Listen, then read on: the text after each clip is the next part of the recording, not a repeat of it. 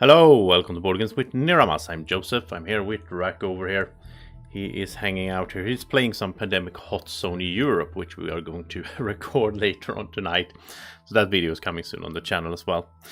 Now we're heading back into Gloomhaven, of course. This is the second stream of the day. I'm not going to make this a habit to stream twice per day, but I just thought it was a good idea. It's actually is a better idea for me to split it up like that instead of having a super long stream once. But then again, we're also more than halfway through the campaign here, I think. We will keep going. Now, the focus of this stream, as I talked about in the previous one, is that we're going to, and it says so in the title as well, we're going to retire the Mindthief. The Mindthief has been with us ever since we started the campaign, and it is time. It's been time for a while, because, you know, he's level 9, can't go anywhere, you know, up, and also have all the perks. So it also becomes a little bit boring that there's nothing to work for. And the same goes for our Plague Herald. So now we have 2 characters that are like that, and that's a bit boring. And so Plague Herald we will keep for a while. Now, I think I know, I might be mistaken, but I think I know that Plague Herald will retire when we go do anything in the swamps. So at some point we will do that. But hey, Slow-Mo. And hey, Book Apple Tree, morning. Is it morning for you? Are you in the West Coast US maybe, or something like that? It is 6 p.m. over here in Sweden, or in Europe.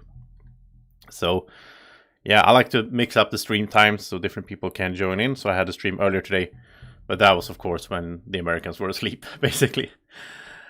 Okay, so let's get going. Now, we might... Okay, I'm gonna remove this. We might go for this one, the Darko, or we might go for the character that we get when we retire the Mindthief. We're going to pick one of those 2 instead. So I want to keep it 3 characters total, right? So, by the way, I did some timestamps. I have timestamps now in all my videos. So if you watch them afterwards, you can just go to the timestamp on the bottom, because there's long streams. Obviously, I understand that people don't want to watch the whole thing. So if you're watching this afterwards, there will be timestamps down here, and you can go straight to a certain dungeon, certain scenario that we're doing. If there's a scenario that you're curious about, all the live streams now have that afterwards. And when I was setting that up for yesterday's stream, I realized that my camera was a bit flimsy. I haven't realized that before. I'm not sure why it would be like that. Anyway, I mixed up some settings. I hope it will work better now. You guys that have been here a lot, you haven't said anything. So I hope it hasn't been too much and too annoying, but basically, the camera that's on me was a bit flimsy. I hope it's not going to be that now. Hey, Buster. Okay, so let's get going. All we need to do is to go and donate. So we're going to go to the Temple of the Great Oak, and we're just going to donate 10 gold. And this kind of hurts a little bit. I like the Mindthief, but it has to be done. Here we go. There we go. Now he's donated 120 gold. And has no more motivation to go exploring monster-filled ruins. So announce retirement. Oh yeah, we got a new character. I will say, before we go into this, I'm just going to tell you, Slow-Mo and anyone else who missed it. The new character, the Night Shroud, or whatever it's called, is kind of like a stealthy, invisible, rogue-style guy. He showed up. I didn't expect that, but he showed up because we got to -10 in reputation last night, because I did some road event or whatever that was. I did something bad and we got minus reputation, and when we got to -10, it just unlocked that character. So I just made Darko, that we might be playing on with later on. But we'll see what we get now. We're gonna play with all of them, but we'll see in which order we do it. So you had to stay longer than you would have liked. Well, you stayed a long time, Mindthief. But eventually you managed to redirect enough of this wretched city's gold into the local sanctuary and allow it to make a difference here. Thanks to you, Gloomhaven is on its way to become an actual haven of hope, while thanks be to the Oak, you can finally leave this wild place and volunteer at another fallen city, one which doesn't smell so much of reanimated corpses. The Temple of the Great Oak can send some other Paul's soul here to look after Gloomhaven. Yeah, so obviously the little vermling Mindthief was a very, religious little vermling and cared about taking care of the temple. Okay. So we move on here. So, I mean, it's good stats here.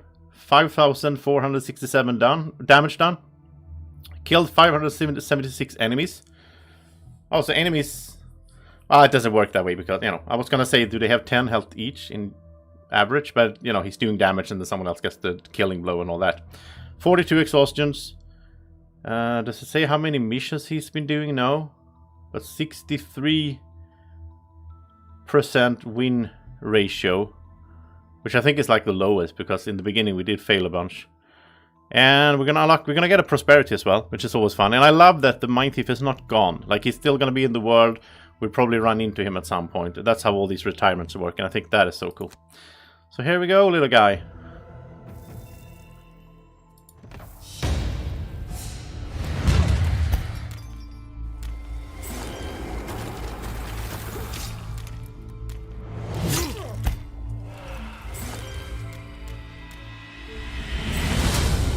Sawbones? Okay, Sawbones. I never seen this before. I never seen this character. I never opened the envelope in the board game or looked at the miniature or anything. Because I want to keep that a secret, right? And yeah, that's cool. Human, it looked like. I think that's our first human, right?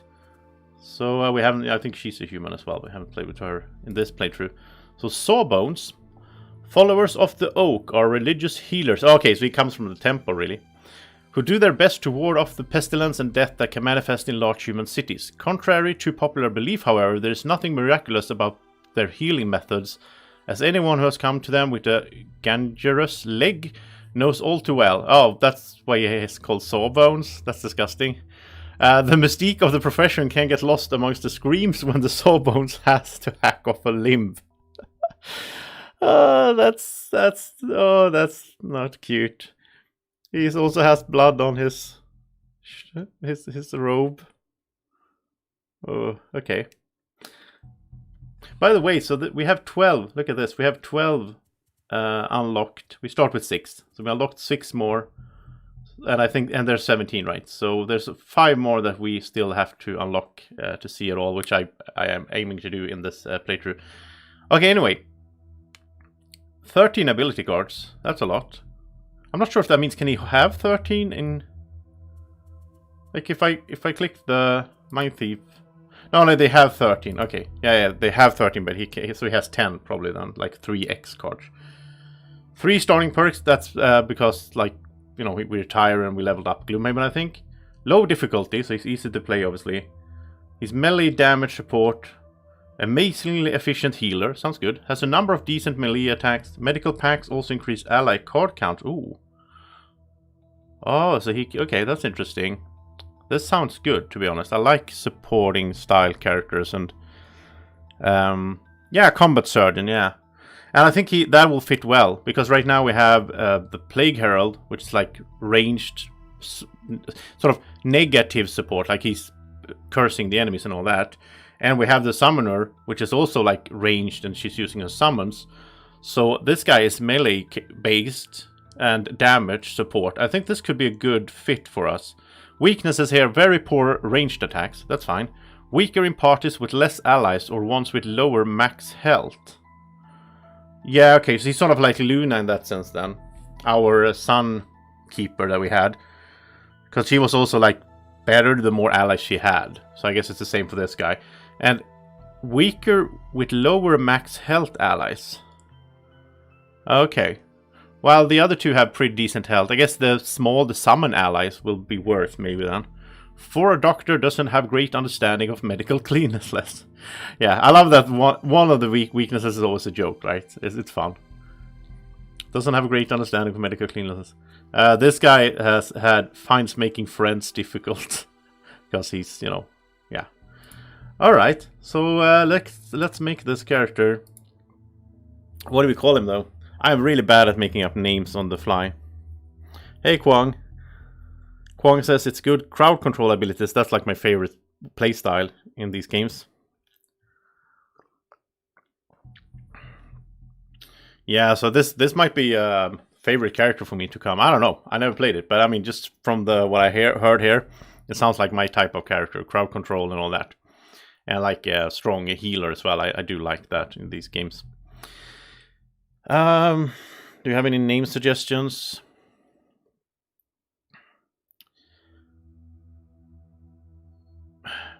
Okay, how about this? Bloody. It's a good name for that guy, right? He doesn't seem to be bothered by some blood.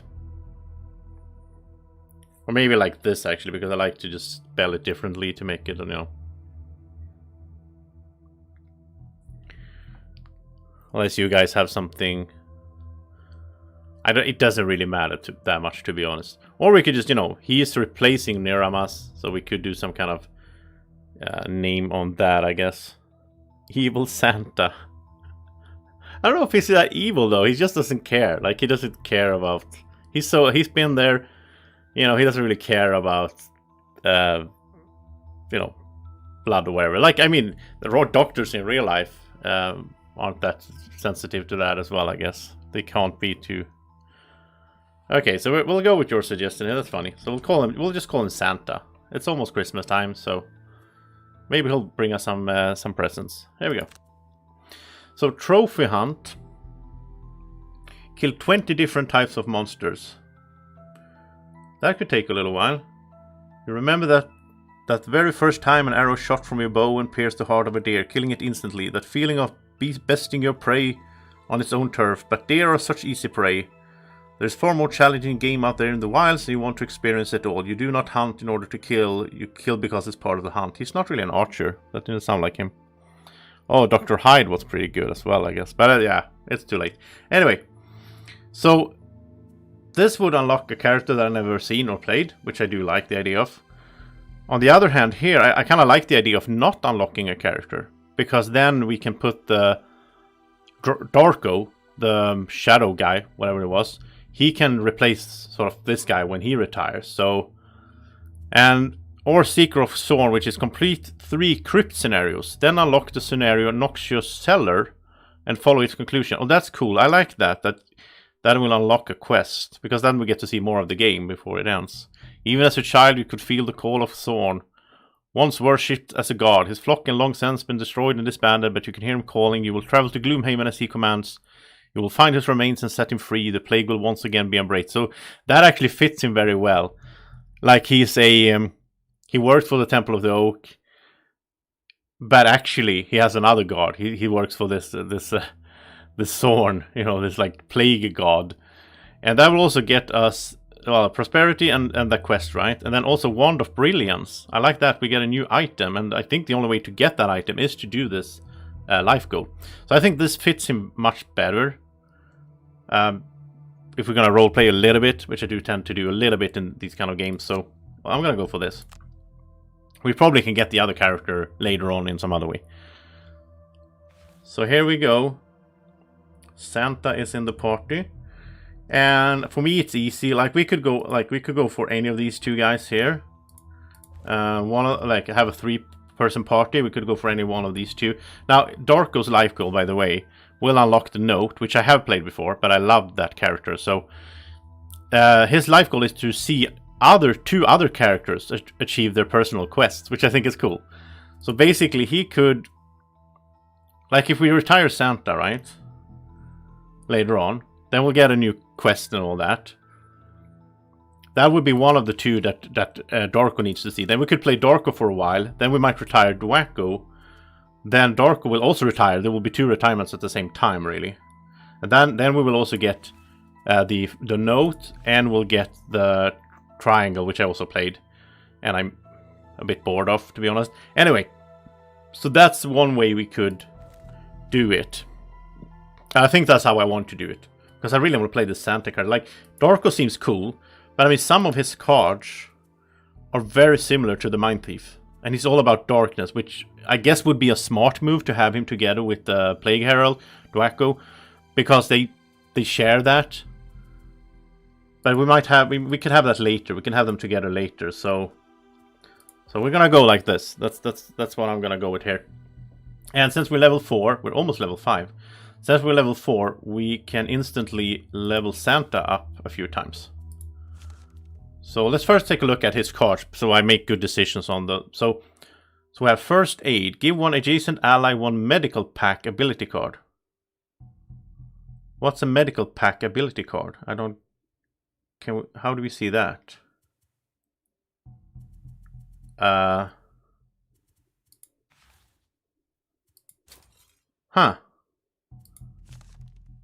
Oh, I can hold 10 cards. How do we see what what's that? Medical pack ability card. I don't know what that is. That's cool. Bottom part, move 4 is always good. Attack 4 is good. And all your bottom is all your heal actions this round affect you and all adjacent allies. That's good for a healer, right? Nothing burns here, which is good. I like that it has an 8 as well. I like when someone has a really quick one. Okay, well... so hold back the pain. Heal 3, range 1. All your melee attacks this round target all adjacent enemies. That's a good effect as well. Again, doesn't burn the card. And turning, you know, he could be an AoE melee guy. Then I like that. With that, all your melee attacks this round target all adjacent enemies. Like if he's in the middle of something. Nice. So he could do like an attack of 4 on like a bunch of them. Then heal 4, range 1. That has short range. Yes, both of these are range 1, so he needs to be close to the allies. Bottom here is place this card in one adjacent ally's active area and treat it as if they own the card. Okay, what's an active area? I guess that's a card in your hand, right? Or like a card you have access to? I suppose so. How does that work, though? This is interesting. It said it was low. Like easy in difficulty to play, but it's a mechanic that I never seen before, so I don't really understand it. So I guess he's gonna get shield 1 for the rest of the scenario, I assume. No, no. Active area. It's the cards that are in play that are affect. Okay, so what he will do here, you will take this card. He could place it like in Cersei's active area. Hey, Ryan. So he can place it in Cersei's active area, and then when Cersei gets attacked, she will have shield 1 for the rest of the scenario. So he can like give her... Oh, that's cool. That's really cool. That's good support there. Bloody Saw, a good name. Attack 3 with wound, obviously. Loot on the bottom there. And it's good that he has some wound, because we have to also think, now that we don't have the Mindthief anymore, what is it we're going to miss? We're going to miss the Cranium Overload, obviously. We're going to miss some wounds. He had a lot of wounds on his cards that we you know, enchanted there. He could also curse a little bit. He did a lot of damage, obviously.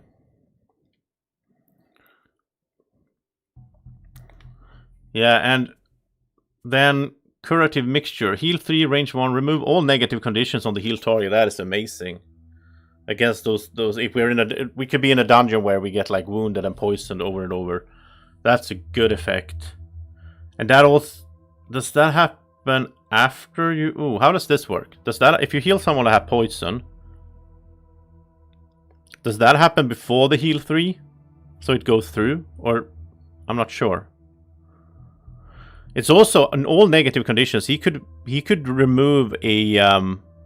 immobilized then, right? Because I hate when we get immobilized. Great one. And move 3, remove all negative conditions on one adjacent ally. Oh, I love this card already. This is one I want to keep. Syringe. Shield 2, target one adjacent allied mercenary. Okay, so it's an allied mercenary. He can't support like one of the summons.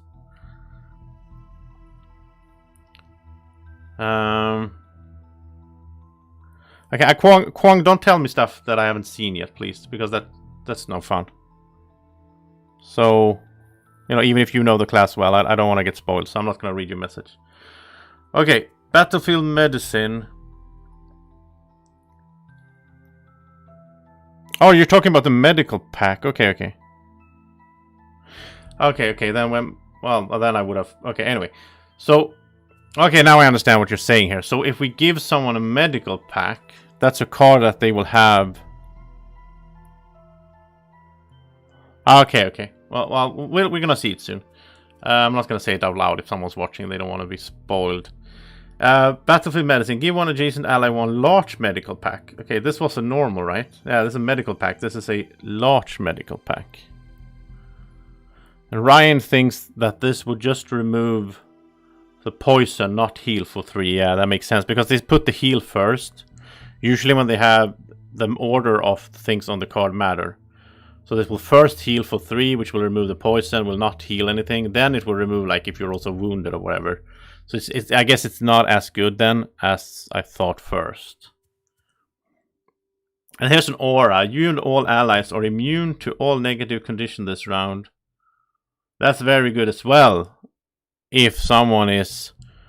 Like, if, sometimes we can see... I think it's the, we met those Inox archers, and they had, like, immobilized. So we know that later in the round, everyone will get immobilized.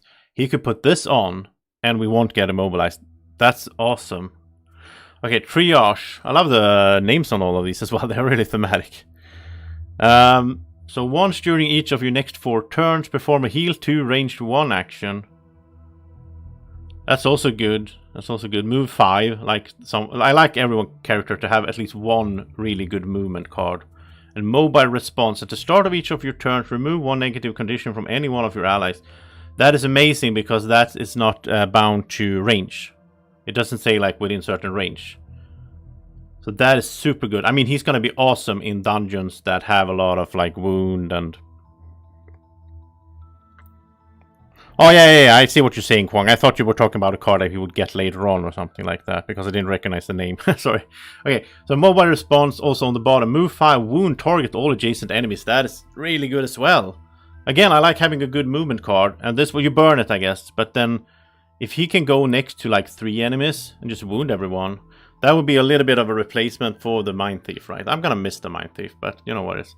It is what it is. Prevention is key. Disarm all adjacent enemies. That's also good.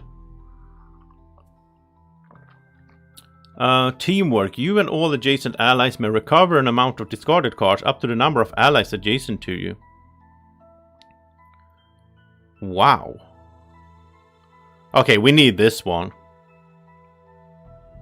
The thing is, a vaccine, attack 1, range 3 poison, that's an AoE. And the bottom is, place this card in one adjacent ally's active area and treat it as if they own the card. You're immune to all negative conditions. Wow. These 3 are also really good. These 3 cards are also super good. I think teamwork is something we have to have with him since we have the summoner, right? Because...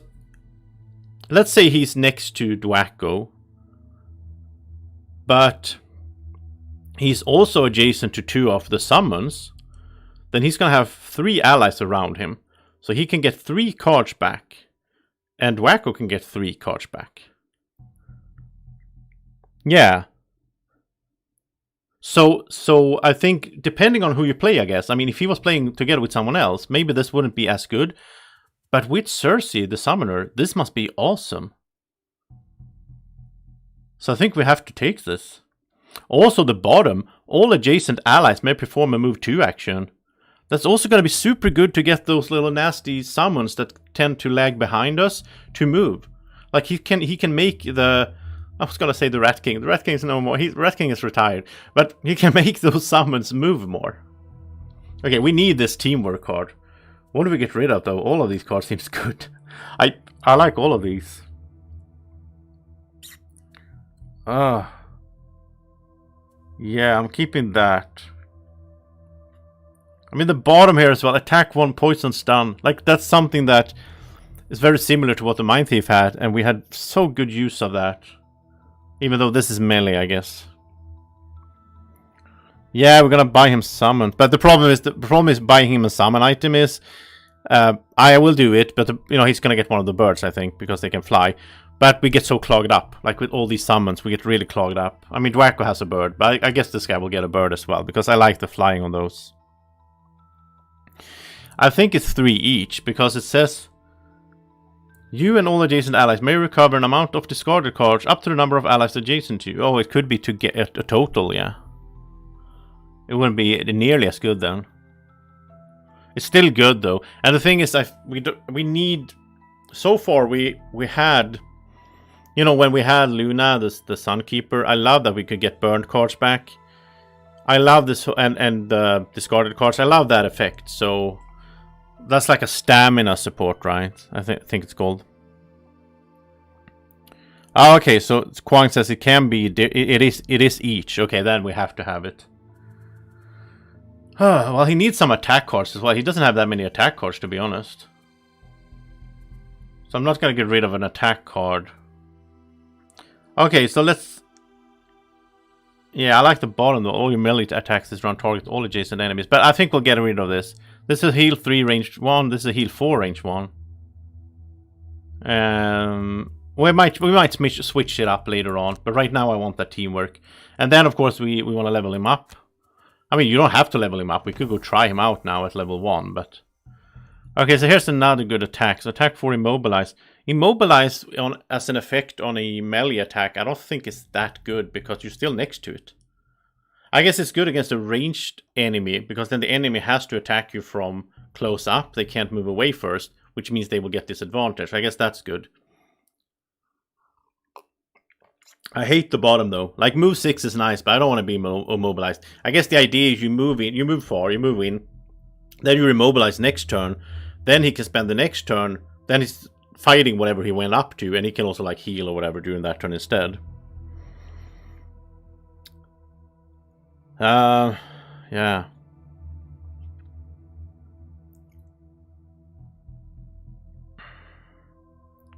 True, he's more of a support guy, but someone has to attack. If Dwacko just curses everyone, and Cersei just puts out summons, like someone has to do the damage. I guess the summons do some damage, and I guess Dwacko also has some ranged attacks, so... But I mean, we're replacing the Mindthief. That was our main damage dealer. So, okay, let's look at the other one. Precaution.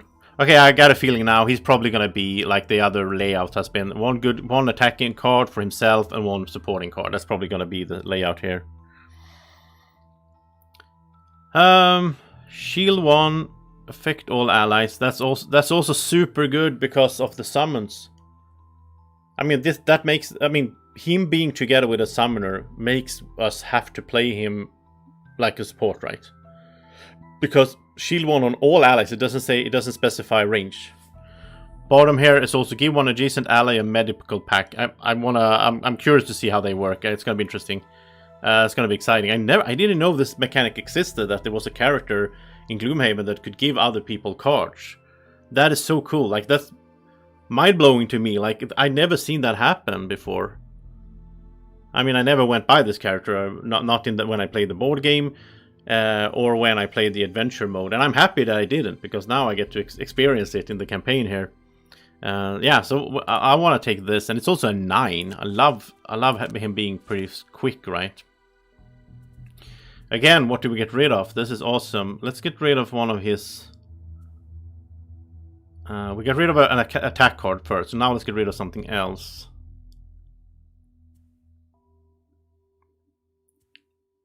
So this gives medical packs, so maybe another medical pack card like this move 4.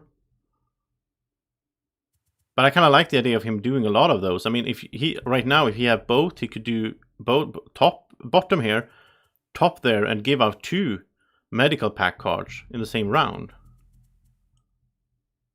It's very hard, to know since I haven't played him, but I'm gonna get rid of this. I don't like loot effects on cards, unless like there's a scenario that says, we have to use a loot card or whatever. In general, I don't like spending a turn on looting. I mean, we tend to get enough gold anyway and so on. So let's get precaution and then let's level up again. We're gonna keep doing this. So level 3. I mean, I guess in a way it would be fun to play the character from level 1 and then level it up as we go, because that's where you learn the character more. I mean, like Cersei, we just wait straight to level 4 and we never really experienced her as a lower level character. So in a sense, I think it could be a good idea if you want to, if you're playing this game and you're doing your playthrough, maybe just start him off at level 1. Just play them for a little while.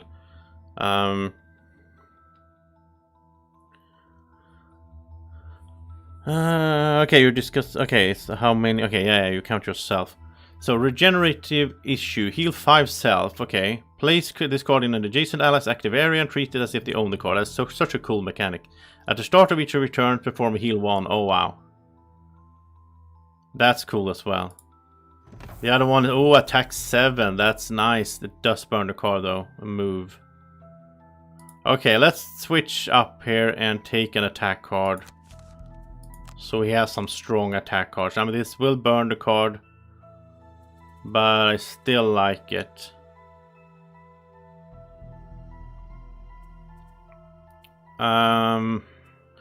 Yeah, I'm not sure if we're gonna equip that one right now, though. Depends on the scenario and everything. So we level him up for the last time right now.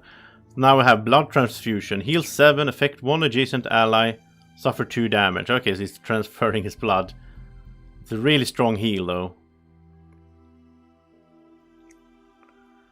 And bottom here, I like that. Attack 3, heal 2, affect all adjacent... Okay, we have to have this card.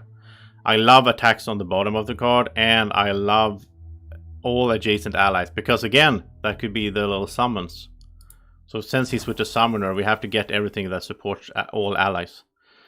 Top here, do no harm. Kill an adjacent normal or elite enemy. Disarm and immobilize yourself. Okay, so you can like kill an elite. Maybe save this for late, right? Because it burns the card. Kill an elite, and the next round you're not going to do anything. Well, the next round you can do healing. Because you're disarmed and immobilized, you can still do like ranged healing. And this is awesome as well. Move 4, heal 3. But it burns the card, so I prefer this blood transfusion because this doesn't burn anything. I think we're gonna put this in as well. Just because it affects all allies. He can heal all the small guys. So in that case we should remove some other healing card. I like the attack, poison, stun there. But that's removing all the negative conditions. That's also cool. Okay, let's do this instead then. Heal 7 instead of heal 4. And I don't think it matters that he will take 2 damage himself. Because I am planning for, in the long run, I'm planning for him to have this awesome necklace, that the Mindthief had. And since it's free now, someone has to have it because it's the best item I've seen so far in the game.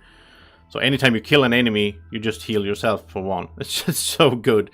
So he could have that, and then he could do some kills now and then. Like if there's an enemy that's already damaged, he can go up and just smash it, and he will heal himself. That makes sense also if he's going to take damage by healing others. I almost feel like this guy is so supportive that we should almost have another 4th character that's damage dealing. But I don't want to play 4 characters. It's so annoying. Okay, see you, Buster. Yeah, it's going to be hard to calibrate that thing with... Yeah, but... Yeah, so I'm thinking he should get this at some point. No, I don't think he should get it right away. I don't think it's the first priority. Or maybe it is. So yeah, we're gonna get a lot of gold. We can almost go grind some gold if we need to. Alright, so he's gonna have the necklace. Because I don't think there's any other head item that makes sense for him. Like most of these are focused on combat. I guess Empowering Talisman, but I'm thinking Cersei, she doesn't have a head item. I think she should have the Empowering Talisman so she can refresh one of her items here. It could also be that now that we have a good healer in the party, we might switch out the Scroll of Healing here on her or on Dwacko for something else, right? Because if this guy is going to heal everyone anyway. But right now we have a lot of healing in the party. When we started out, the first 2 or 3 characters we played, we had like no healing at all. And now we have a bunch, so I like that. Okay, so he has 33, and I'm always thinking boots. I'm always thinking boots for the... And I think actually with this guy, because he has some decent move cards, like move 4. I'm just looking at the ones we have selected now. We might switch it up later on. Move 3, move 5. That's move 5, but it burns. Yeah, so he has some decent move cards. So in a way, I'm thinking that like comfy boots is not his thing, right? Because we're probably not going to use the standard movement on his cards. And then instead, I'm thinking boots of speed, right? Not boots of speed, boots of wing shoes, so that he can jump, because he can't jump right now. Or we could just save up. If we save up for 82, he can get the rocket boots. I think these are good for him. That would add movement and jump to a single movement. I mean, most scenarios, I feel like there's like one time that we really need a jump card. Like, we don't need jump all the time. I mean, wing shoes is also one time, right? Yeah, so okay, so that's the plan. We're gonna save up 82 and get him the rocket boots. Have a, priest, or whatever he is, with rocket boots. Sounds cool. So with 33 here, I'm thinking, potions. And we'll probably get him a falcon figurine as well, the bird that I talked about, but that's 52. That's gonna have to wait a little bit. What I like to do, what I like to start off with every character really, is Major Stamina Pot. It's just so good to be able to get 2 cards back. So I think this is a good, decent start for him. We're gonna get him some hand items. He is a close-up character. So, he could have something like, maybe just for fun, because we want to see different items during the playthrough. Maybe give him a long spear. So he can turn one of his attack into like 2 targets like that. We already used the battle axe. So that could maybe be a thing. Have, a priest with a spear. I mean, I'll take suggestions on these items here, if there's anything you think he should have. Oh yeah, he can wear armor with the perk. Oh yeah, we haven't looked at his perks yet. So you see, yeah, he has... No, he doesn't have a perk to ignore negative item effects. He doesn't have that. So he should not have an armor that gives him negative effects. He doesn't have the one to ignore negative scenario effects either, which I'm sad for. I really like that perk on any character. Okay, so then we know that he should not have the chainmail or the hide armor. I mean, I kind of want him to have the second skin that the Mindthief had. Remove 2 -1 from his modifier deck. That's an awesome effect, just passive being there. I think this is the armor we'll go for. I think we'll get him, second skin. Nobody's using it now since Mindthief left. Oh yeah, I don't expect you to know everything about all the characters, Kwong. Even though you seem to know the game very well. I think second skin will be awesome on him. So, but that's 32. Then these boots are 82. What is that? That's 114, right? 114. Then Falcon, that's 166. And then, I don't know, we'll see. Spear would be 166. That's 198. Yeah, so he needs like 200 plus golds or whatever. So yeah, we can focus during the scenarios. We can try to make him pick up more gold than the others, especially more than Dwaco, because Dwaco doesn't really need any gold. He can enchant, I guess, but he already has like everything he needs. So yeah, I mean, I'm really happy with this setup here. We haven't really used his rocket boots yet either. That's new for him. We got those earlier today in the other stream. So yeah, I kind of wish they could give gold to each other. I think that would be more fun. I think that's a setting, actually. I think you can set that when you start the campaign. I don't think you can set it now. I'm gonna check if that's possible. That would be amazing, and that would also be kind of depressing that I haven't thought about that before now.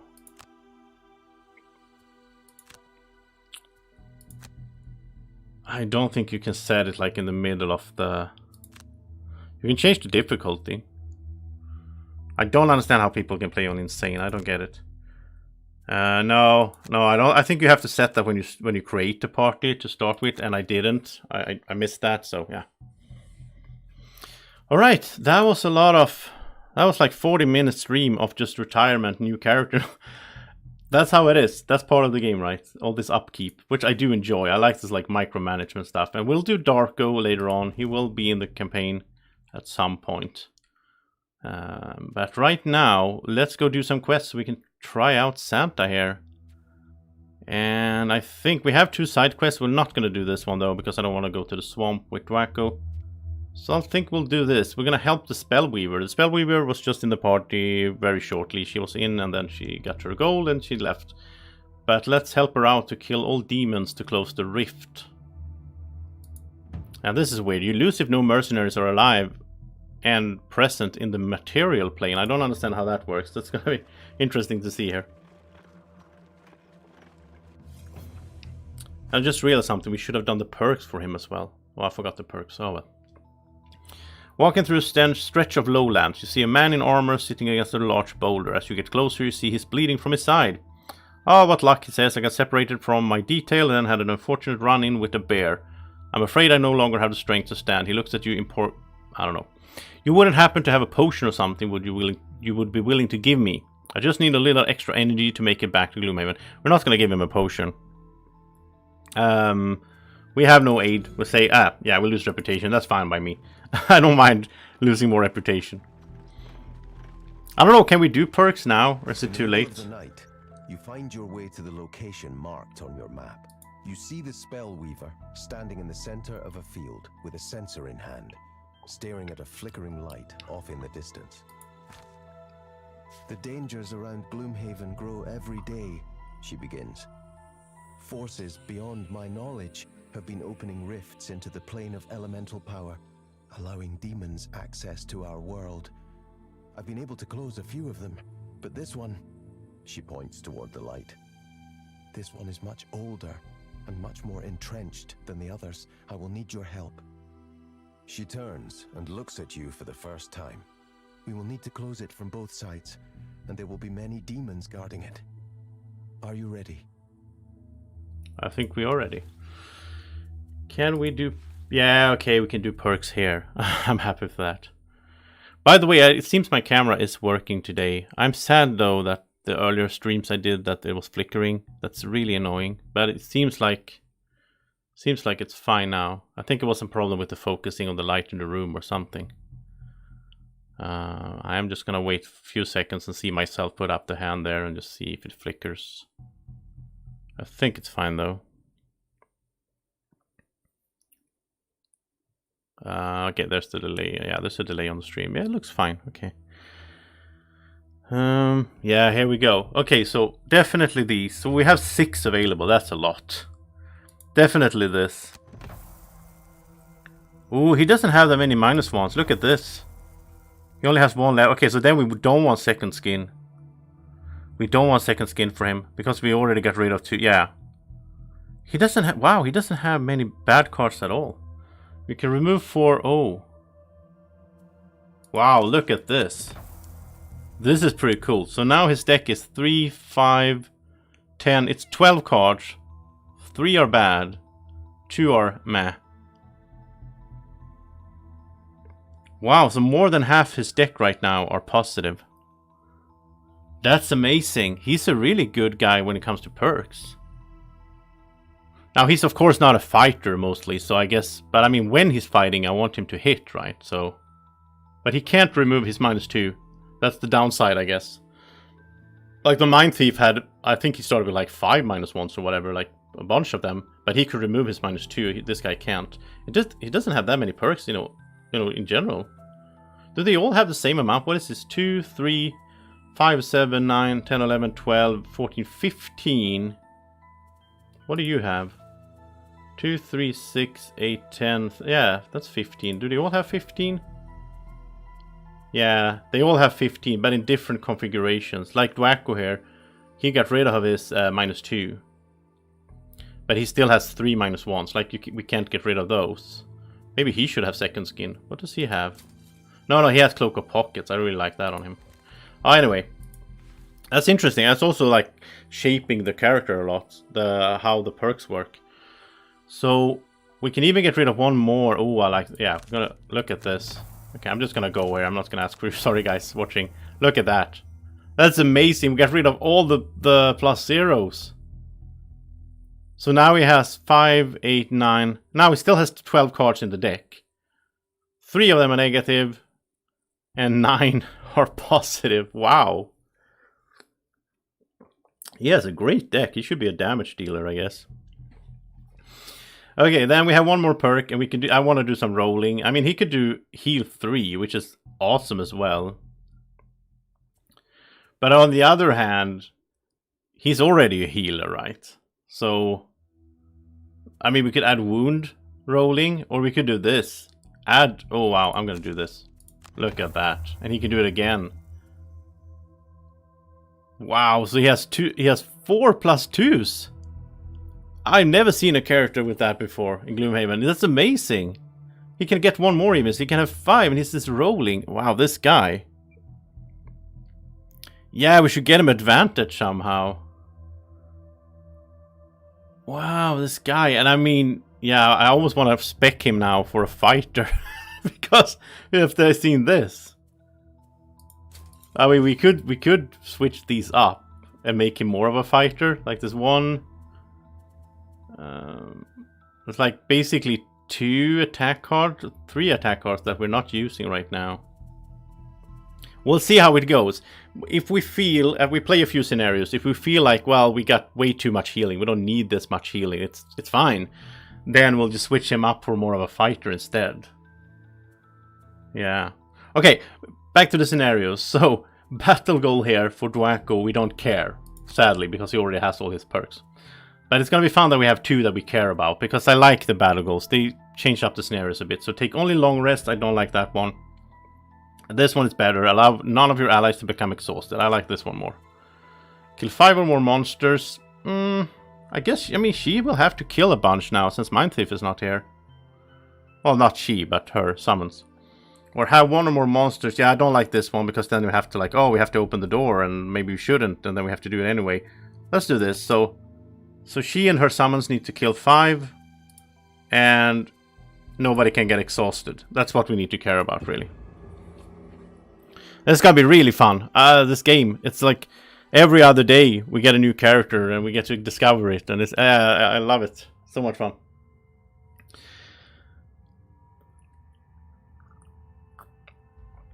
And the Spellweaver is here, right? I assume, or isn't she? Is she in there? Wait, where is he? What is this? There's no. Oh, there's no door. Just the one we came from. So there's no door. It seems like a good room for summons, right? Well, this hazardous terrain, I guess. But other than that, it's a good room for summons. So, it says, you lose if no mercenaries are alive and present in the material plane. Is this the material plane, I assume? And it says here, portal. Ending a movement on a portal will teleport you to a link portal. It says, kill all demons to close the rift. Yeah, these Windymon elites are nasty. And it's going to be harder now since we don't have the Mindthief with his stuff. If at least one mercenary is not present in the plane of elemental power... Wait, what is that then? Is that what we get, where we get to with the portal? I'm just guessing now. At the end of every round, a night demon will spawn in the material plane, in here I guess. You can move between the 2 planes by ending a movement on the portal. Okay, so someone has to...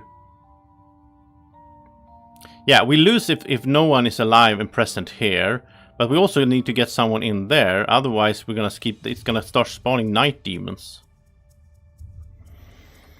This is gonna be tricky, I guess. So I think we need to start off with someone going in here then. So we never get to spawn night demons. It would be good if we can avoid that in total. I guess that's possible.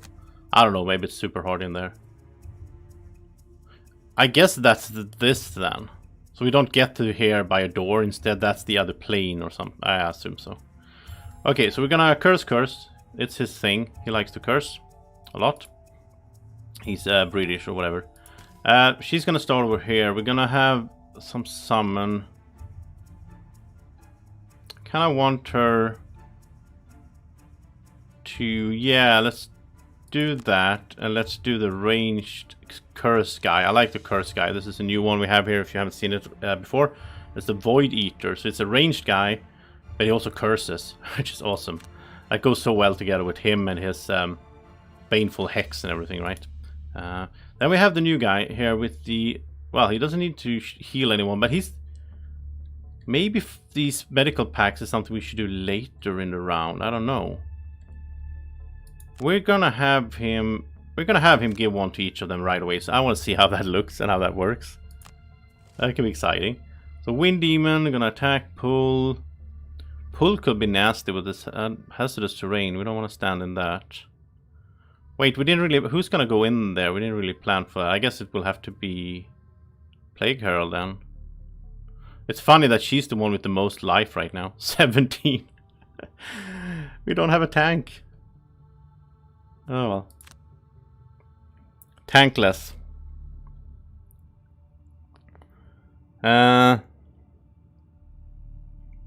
Oh, cool. Yeah, the Forgotten Circle... The Forgotten Circle doesn't exist for digital game, right? It's an expansion for the board game, right? but I never played that one. I heard some bad things about it though. I think people weren't that excited for it. I don't know. Anyway, let's give some. We're gonna give out these cards. It's gonna be fun to see how that works. I don't even understand how that works, but it's an it gives an XP as well. Right. So now does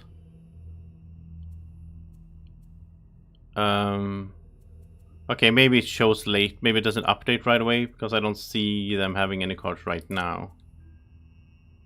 So yeah, it's probably updates after the round or something. Well, shield up. Oh, it got pulled. Okay. Oh no, he got disarmed. That is problematic. Okay, I should have seen that coming, maybe. No, I don't know. I wouldn't have. I don't know the wind demons that well that I know that they can disarm. I didn't remember that. But that is problematic because now we can't curse like that. We can curse like this. But then again, who's gonna go into the portal? I guess no one on the first round then. We'll do it on the second round. Yes, his rocket boots. That's so cool. I love that this ghostly flying guy has rocket boots on him. Okay, let's just skip the movement then. Just curse, double curse this one here. Sad that he's disarmed. Oh, I hate that. Okay, let's put the bird here. And I think we're also gonna heal here because it took some damage right away. We could make them move. We could like force them to go somewhere. But that's 3 damage. It's not much for these. We'll save that for later. Maybe there's some good spots in here we can make someone go into something. Okay, so we'll do this. This is the plan here. How long range do you have? You have 2 range. Okay, we'll need to put you there then. This little dragon guy. And I like this combo with her. She can heal an ally for 2. A summoned ally. And then she can use the earring to get this back right away and just do it right away again. And then if you long rest, you will get it back as well. Now, she can make 2 of them attack. That's why I put the bird there. So the bird gets to do something because it might die before it's their turn, right? So +1 at least there. And then you get to attack and you're gonna curse as well, which I do like. Oh, +1, okay. So they have 3 curses, which is 2 less than I was hoping for, but it's okay, I guess. I don't know. It's really interesting with this new dynamic of the party. Like, we've been so relying on the DPS of the Mindthief. So not having that now, that's gonna change up how we play, I think. We might not be, you know, as easy for us to just curse with him, but we still need to. We really need to curse so that they miss. Oh, here's the extra card. Okay, so it has its own. It has its own, what's it called, column. So this is, okay, so I guess all the medical pack looks like this. And then there's a large medical pack as well. But I mean, this is what Kwong, you mentioned there, right? So this says, heal for self. It cannot be burned to avoid suffering damage, okay. When it is discarded, it goes to Sorbonne's supply. Yeah, okay. And supply, I think, is burnt cards, right? I think so. I think supply is for burnt cards. Let me check that really quick. How to play. Can we search here? No, I don't think we can. Ability cards. Using cards. Burned, permanently burned. It's the word supply that I don't really recognize. Maybe supply is like, I mean, this is from a board game, right? So maybe he will, in the board game, I guess he will have these cards like in a supply on the side, pull them out when need be. That's probably how it works. I guess there's a maximum of these as well then. Do you know that, Kwong, or anyone else? Do you know how many of these cards he has in the board game? That could be good to know, so I don't keep giving them out and then all of a sudden he doesn't even have any. Yeah, like Blessing Curse decks. Do you know how many there are? Like the curses, there's only 10 curses you can give to the enemies, because in the board game, I mean here it wouldn't matter, right? But in the board game, there's only actual 10 physical cards you can shuffle in the monster modifier deck. So that way I know to not keep cursing when they already have 10, which is kind of hard to see because you have to hover over and look at the little... Alright, I wish there was another good way to see... Like if you click one of these, you will see all their cards, but if you click these guys, you don't see the monster... modifier. I don't think you can see the monster modifier deck anyway. Maybe you can and I missed that. If that's the case, tell me in the comments if you're watching this after, or tell me in the chat if you know. Because that would be really helpful if we could just pull up their modifier deck. An easier way than to hover over one of them. Because it's really hard to see. Like, well, right now I see that there's 3 curses. But when it gets up to like 7, 8, it can be really tricky to see those little dots. Oh, okay, so he has 7 medical packs and 4 lot. That's good to know. Because I could have done the stamina pot for him and just had him do the same thing the next round. Give out 2 medical packs right away again. Then there would be 4 out of the 7. It's good to know. Okay, so top and bottom is the same, right? Same, right? Yeah. So this is just a heal card, but well, it's not bad. Heal 4. So it's interesting. He's like such an interesting mechanic. He's like a healer, but he doesn't heal... Well, he does that as well, but he also doesn't just heal you straight out. He gives you a card that then you can play that card to heal yourself. In one way, that's better, because now both Plague Herald and Summoner, they will go around with this card, and they can use it at the good time for them.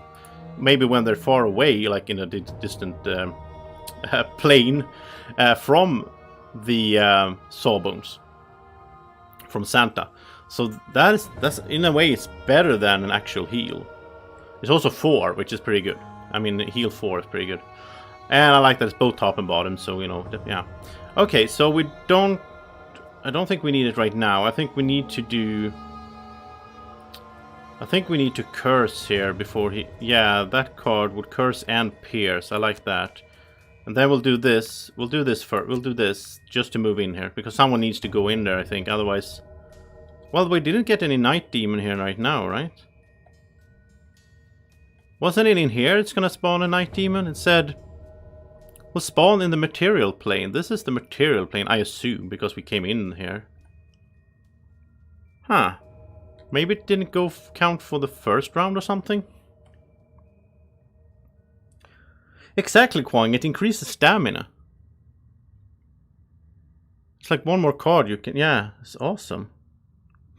I assume this is the material plane, by all logic. That means that there should have been a Night Demon spawning in here. Because we don't have any mercenaries in the other plane, but... Yeah, I don't know why that didn't happen. If it's a thing... It doesn't say here that it's only for the first round, but... Ah, well. Okay. Let's keep going here with... Mr. Santa. Bring us a tree. And wound target adjacent enemies. Well, now a jump is would be nice, right? So you can just jump in here and get adjacent to 3 of them. I wonder if you can you go through the portal? Can you go by the portal? Or is it an obstacle? I don't know if that counts like an obstacle or if you can just run past it. I mean, still, wounding these guys would be so good. It burns the car, but it would be so good. Remove negative conditions. If we had that if that was ready when they disarmed the Plague Herald, that would have been sweet. Just so yeah. Wow, this is so cool. I'm so excited. It's amazing. This is stream 19, I think, or 18. I don't remember. It's 18. Okay. I mean, I played this game for now. It must be like 50 hours or something on camera, on stream. And still the game manages to just get me so excited and get me like, oh wow, it's so cool. I love that feeling. You know, a lot of games you burn out on and you're like, oh, it gets a bit lame. But this just keeps it fresh a bit with the whole mechanic of adding these new characters. That's what keeps the game fresh. If it were just the same characters the whole campaign, we would burn out. We would be like, yeah, okay, Mindthief, go over here, do your thing. And, you know, yeah, I love this. Okay, so we're going to do the bottom there, I think. If we can, we're going to run through. If we can't, then we'll just go up here and wound. We'll see. Then for this one, that's pretty good. Next 4 turns, perform a heal 2, range 1. I mean, he doesn't have a ranged attack, so... Oh, do we want to do the... Yeah, we want to do the large... I want to do a large medical pack just because I want to see it in play. I don't care if I'm not playing optimal right now. I just want to see stuff. I want to experience it. Okay, you need to get another summon out here. We need more fighting power against these enemies. Yeah, I mean, she doesn't need to heal though. That's pretty good. Attack 3, range 3. That's fine. And then as a summon, I guess we'll do the Taunt Shooter because it's ranged, so it can be back here.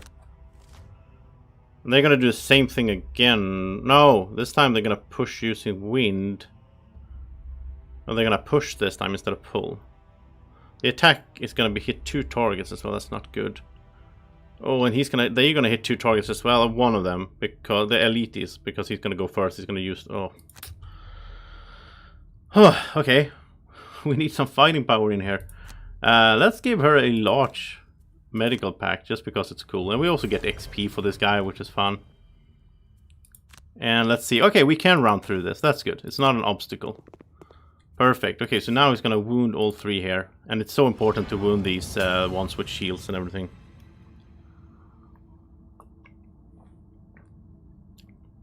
Oh yeah, Kwon. He's saying he's played it through both with 3 friends and solo. And it can still surprise him in many ways. Yeah. Yeah, so cool. I didn't expect, to be honest, I knew there were characters that I haven't seen. And I thought there was going to be different takes on, like, you know, healing or damage dealing or whatever. I didn't expect this mechanic to be in the game where you give cards to another character. That is so cool. Really like that. Alright, well that was his turn. Okay, so a little bit of cursing here. And it's also Pierce 2, so we want to hit one of these that are, you know, the shielded ones. Let's hit this one. Actually, we could make it into 2, but there's not 2 next to each other that have shields, so... let's stun this guy. Let's do that. We need more... Like, that's also a problem. Mindthief was super good at stunning. And every time we stunned an enemy, that meant that we got less damage on ourselves. Now, he's not here. We are going to take more damage. Like, I'm going to talk a lot about Mindthief for a while because I do miss him, but yeah. There we go. So now he's going to go... Okay, so this really must be the... well, what's it called? Elemental plane. And here we have Night Demons. And Wind Demon. Wow, this is going to be tough. Here we also have traps. Okay, so this is good. We can make one of them go into a trap at least. There's a treasure chest. Ooh, okay, so we're gonna work our way through here, I guess. We need to kill all demons anyway, so we need to work our way through here and just get the treasure chest at the end, I guess, and just make them move into these. Well, we have no one to heal. Maybe even start off with that. He's gonna range attack, okay. Yeah, well, he's going to range attack. He's not going to move. So let's put him next to us, because then his range attack will be a disadvantage. So that's fine. And he's going to be way easier to kill now as well. Let's also do this, because I want that curse card back. So, like, even if the enemies are in, you know, technically or thematically, they are in 2 different planes in this scenario. If we curse the guys in here, that's the same monster modifier deck. So these guys will also be cursed in a sense, right? So... I want to keep cursing because we only have 3 right now. I want to get up to like 7 or something, and then put the what's it called? Hateful? Is it called? Baneful Hex, right? Yeah, Baneful Hex. We need to get Baneful Hex into play. I don't think he needs to be flying in this scenario. There's some hazardous terrain, I guess. He needs to get over this, but he can use his rocket boots and just jump over this. So we might not need to do the gain flying this time, which saves, you know, one sort of action that we don't need to do. Are we going to heal him? Yeah, let's heal him. So he has full health in here at least. This is gonna be tough for him to be in here alone. And it's gonna be tough for these guys to be out here. It's an interesting scenario that they have to split up like this. I like it.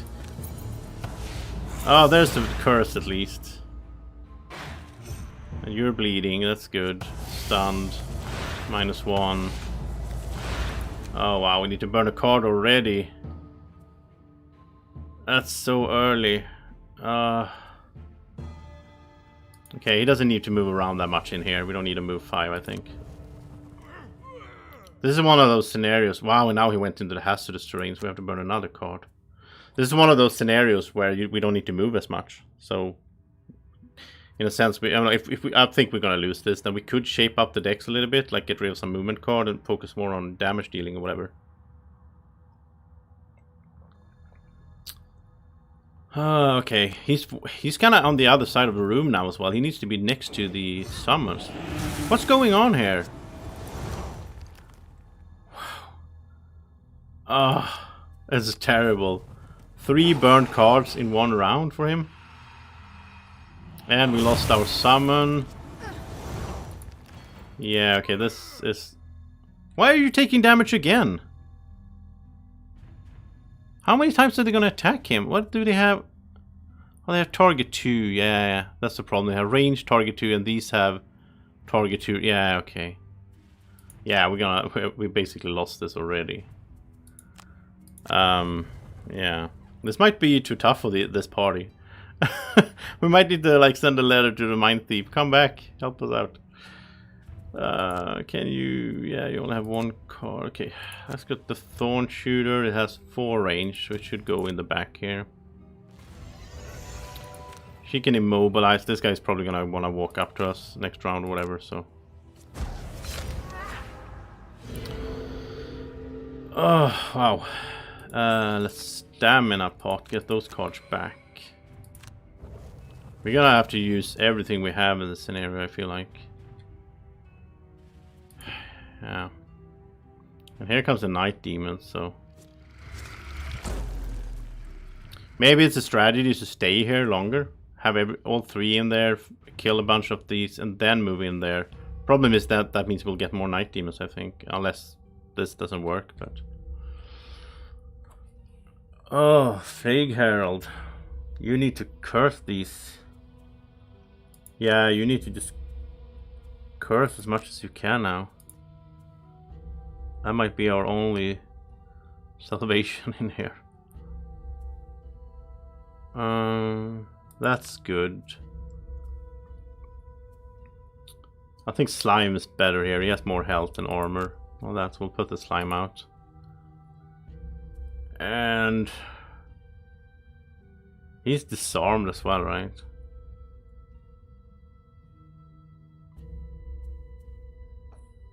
No? Why doesn't it show? He's disarmed. I thought it showed up here on them, but it doesn't. Okay. I don't know, guys and girls watching. What are we gonna do? He's basically done already. Well, he can do an attack. Guess. No, he can't because... Yeah,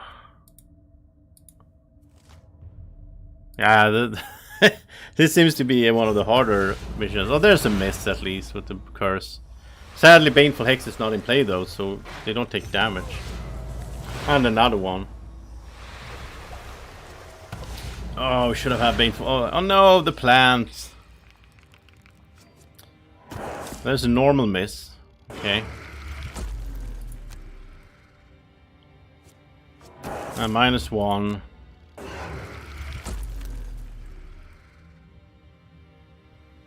I'm starting to think that maybe we just need to... Yeah, you can't attack. I keep forgetting that. Well, actually, if he had done this first... If he had an attack on the bottom now... That's so cool as well. Because now he removed the disarm. So if he had an attack on the bottom of this card, he could attack now. That is really cool. Okay, you know...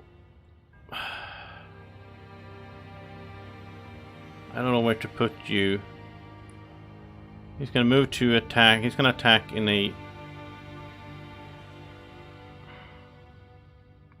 Yeah, he's gonna attack no matter what. Let's try to get him back to her. I don't know. He shouldn't have gone up like that. He's not... We shouldn't play him that aggressively. Let's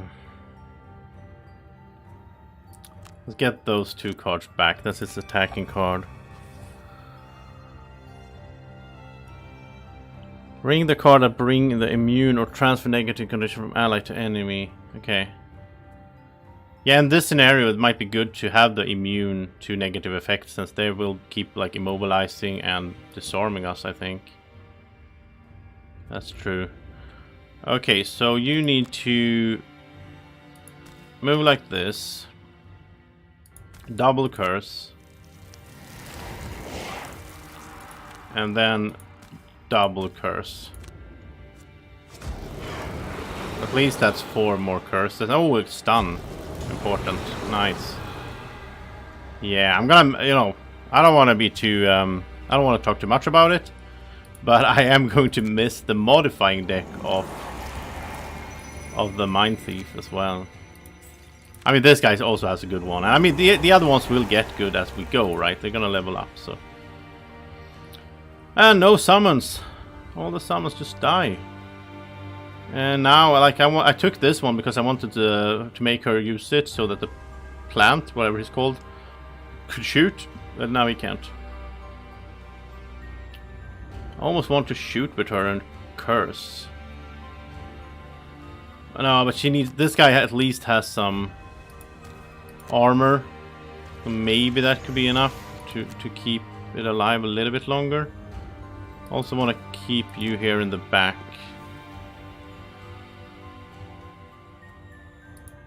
And you can heal. Oh, nice. I like that she can heal there. And okay, yeah, we'll just use everything we have here as soon as we can. I like the scenario though. I like that it's not what these scenarios are my favorite. I prefer these to the, like, oh, keep running and not kill everything, just keep running scenarios. I like it when we're standing in sort of one place and we just have to kill everything, and also there's some cool twist to it, like it is here. So I like it in that sense. But it's gonna be hard. There's a curse. I love that they draw the curses. I just wish we had Baneful Hex in play. Oh, another one. But right now I'm gonna take it. I'm not gonna complain. They still have 3 curses in the deck. Now we need to get Baneful Hex into play, because that's gonna help a lot. Do you have an attack on the bottom? No, you don't. You have that, so that's just, yeah, I wish we could kill this guy so we had 1 less. He's stunned. If we could kill that one.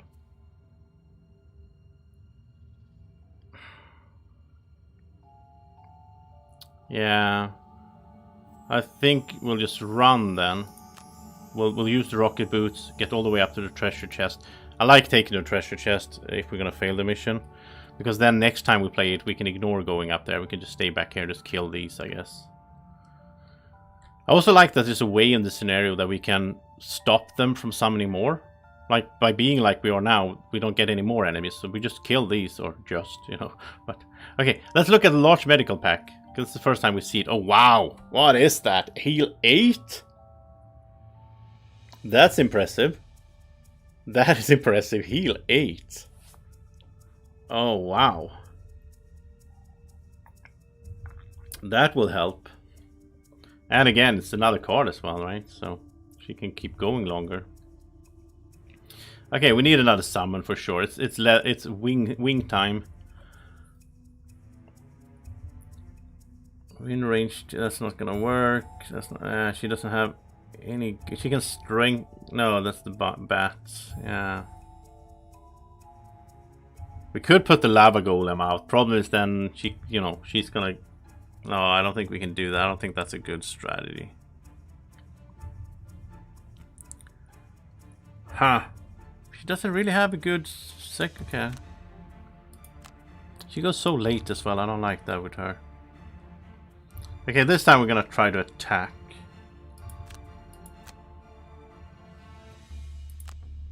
And get rid of one of them. You know, he has a really good modifying deck, so +2. Yeah, there we go. Nice.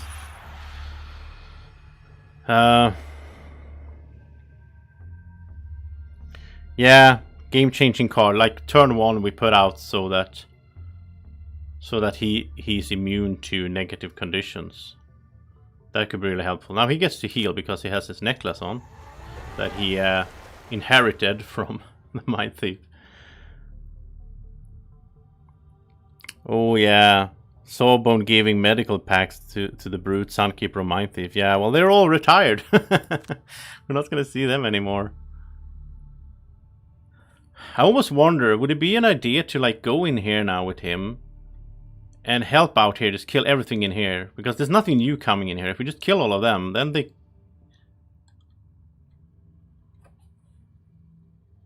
can go back after. But then she's gonna be alone here. We can't have everyone go in there because then we lose. Otherwise the mission would be easy. Everyone would just rush in here, kill everything there, and then go back. But that's why it is like that. They thought about that. No, I think we're just gonna... We're not gonna go through there though. I think we're just gonna pull him back. We managed to kill one demon there at least. Yeah, and she doesn't have any negative conditions. Otherwise we could have removed it, which is awesome. Oh, yeah, I already like this Sawbone guy. But he needs to be in the right configuration together with other guys that can, you know, they need to complement each other. Right now I feel like maybe we're playing with 3 support characters. That might be problematic in the long run here. That's also problematic. Come on, stop hitting me. Okay, Baneful Hex. Here we go. Now they only have 3 curses, but we're gonna have to, as much as we can, just dish out curses. We can get, oh look at this, we can get all there with the awesome enchanted card plus rocket boots for the win. Nice. Wand of Darkness. Oh, I assume it puts darkness in the air, right? Because we have the Wand of Frost, and that is what that is doing. But we were talking about, like, she has a shield, but we were talking about another one-handed item for her earlier today. And I was thinking there's no point in putting in Frost because that's only good for the Mindthief and he's going to retire anyway. Putting out Darkness though, that could help the Plague Herald, right? Doesn't he have something that has to do with that? There we go. That's darkness usage. That's using darkness. That's putting darkness out there. That could be helpful. If she has a wand and she can put darkness, that could be helpful for the Plague Herald. It also would be really good for the for Darko, the guy that we're not using yet. But he's all about darkness magic, so that might be a thing for the long run, that she is able to do that. Yeah, okay, that's cool. Here we go, bat time.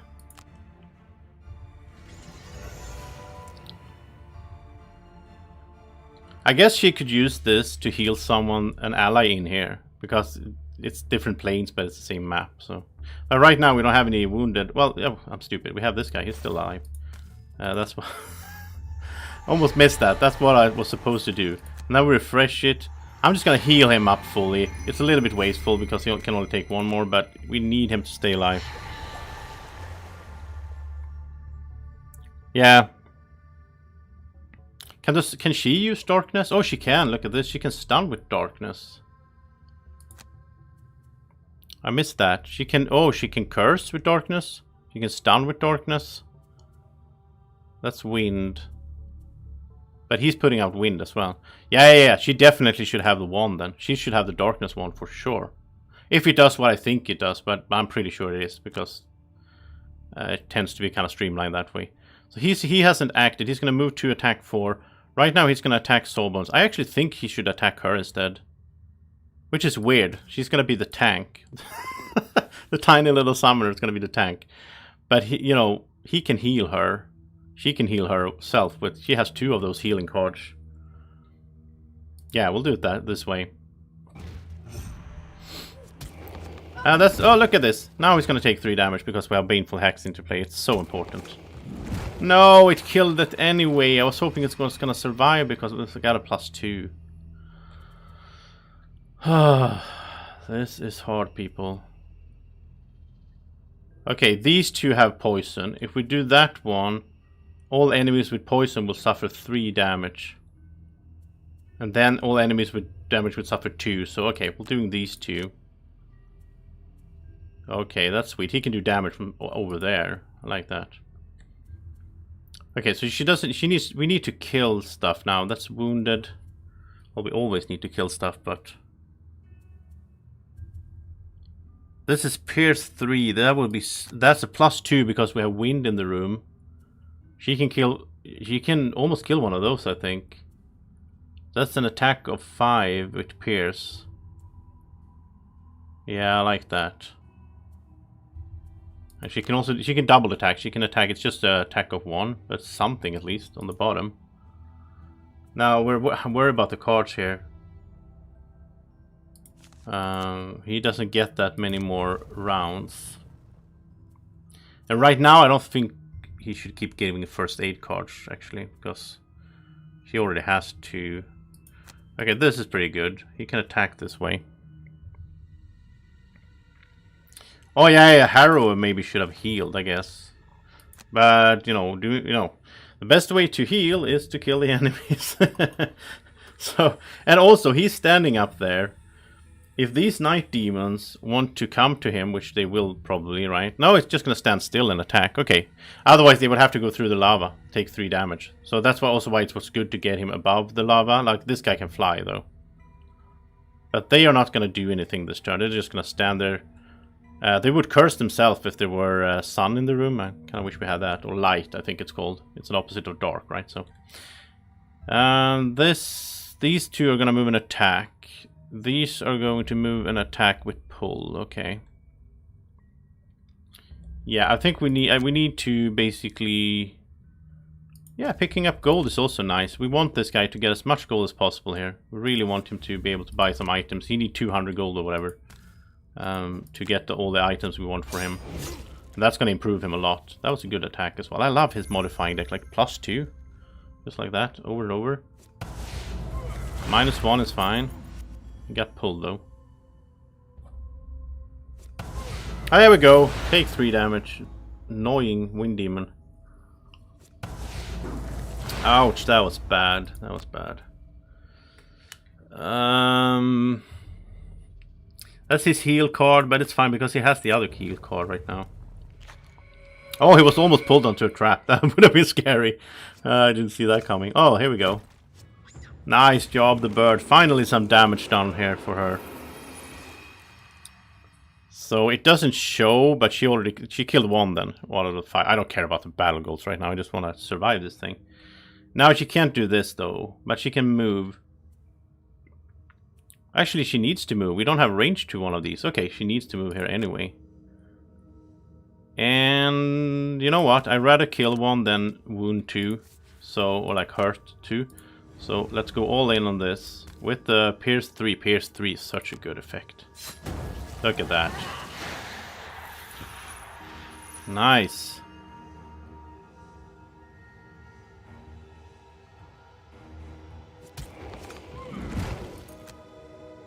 Okay, this is gonna be sweet. Look at this.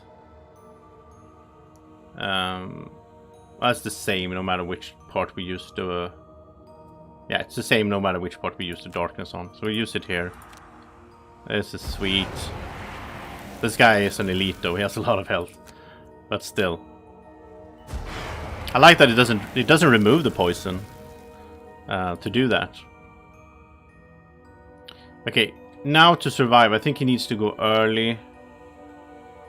He can attack with this, and then he can use the bottom of this to heal. That's fine. She does not need to heal though. She needs to attack. She's actually gonna... I'm gonna have to short rest her here. Because we need another summon. I guess the summons can't go in the portal, by the way. So... like, if we kill these 2, and we still have summons here, they can't really do anything. I don't think they can go in here. I don't know. I don't think so. That's kind of bad, but... No, these are burned. She needs to do her this to get... oh, yeah, all the summons are burned. Ah, stupid. I didn't think about... well, she got the Pierce card back. That's awesome against this one. And she can do this as well. Okay, that's fine. Then over here, this is gonna be the last turn, sadly. We didn't get to use him as much as I was hoping for here in the first scenario, but, you know, he's gonna be back. We're gonna get to know him very well, I guess, before he retires. I already forgot what was it his thing was. Oh, it was that we have to do 3 crypt scenarios with him. I don't even know if we're gonna get any more crypt scenarios in the campaign. We probably have to go back and replay the old ones to do that. So I don't think we're gonna have to retire him for a long while if we don't want to. We can just stay away from the crypts. I don't know. I think the crypts are like the first scenarios. They're all crypts, like the, you know, with the living bones and the cultists and all that. I don't know. Maybe there's crypts later on as well, but yeah, not right now at least. Okay, so you're gonna attack. We need to just get rid of... No, he's disarmed again. What? Come on, game. Stop disarming him. Ah, so annoying. Yeah, they're gonna disarm again. Do they always disarm? Yeah, they do. Innate attacks apply disarm. Oh, they always disarm. I didn't know that about wind demons. Okay. Huh. I didn't realize that. I guess all the demons have some annoying innate effect. I mean, these guys, we always have disadvantage against them. So that means that this is going to disarm us. No, this is not going to disarm. Oh, it's not an elite. Okay. Yeah. This is an elite. That's why... Yeah, that's what I thought. I didn't think wind demons always had that. Okay, anyway. So instead then... I think because this is his like last turn, the only decent thing he can do to help out the party here... I mean, he's gonna fail his battle goal because he... Well, actually, it says allow none of your allies to become exhausted. If he becomes exhausted, I think it's fine if we win. Oh yeah, Santa might stay until Christmas. I think we're gonna be done before Christmas with the playthrough, but yeah, I agree. Okay, so let's do this. This will give him an XP and will also prolong her life. So why not? That's like a last... He's actually giving gifts. Santa is a really good name for him. He's giving the other characters some gifts here. First aid... Or medical packs he's giving out. And he's also taking some hits now, which is nice, so that she doesn't have to take it for the last round for him. Hey Lex, yeah, exactly. Yeah, that's what I did there. There's a delay on the stream, so. Okay, I wish there weren't because it would be more interesting, but oh no, look at this, we have to get rid of... Oh, I want that one. I want that one as well. Okay, let's get rid of... I need to get rid of 2.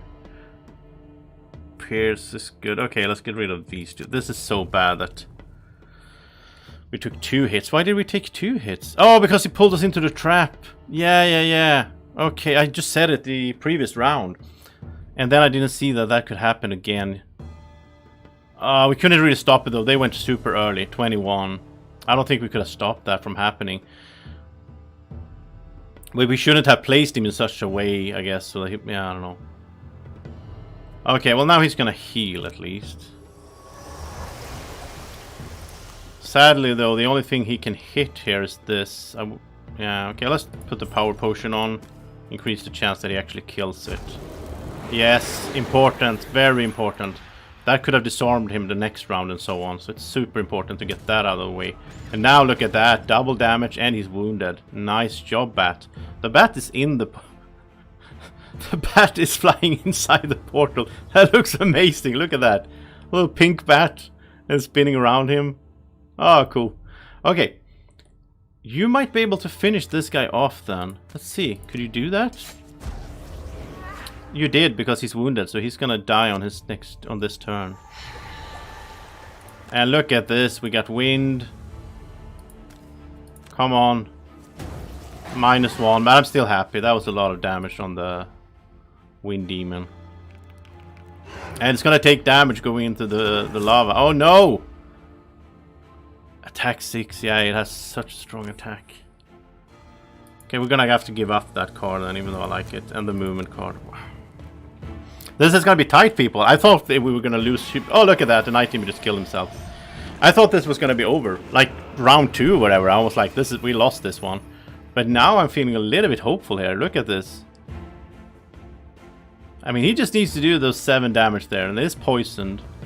Here we only have 3 damage. Yeah, this is possible. Ah, the Pierce card. We need that one. I'm gonna redraw because that's the one we need. No, no, no, no. He didn't have any armor. I'm stupid. Okay.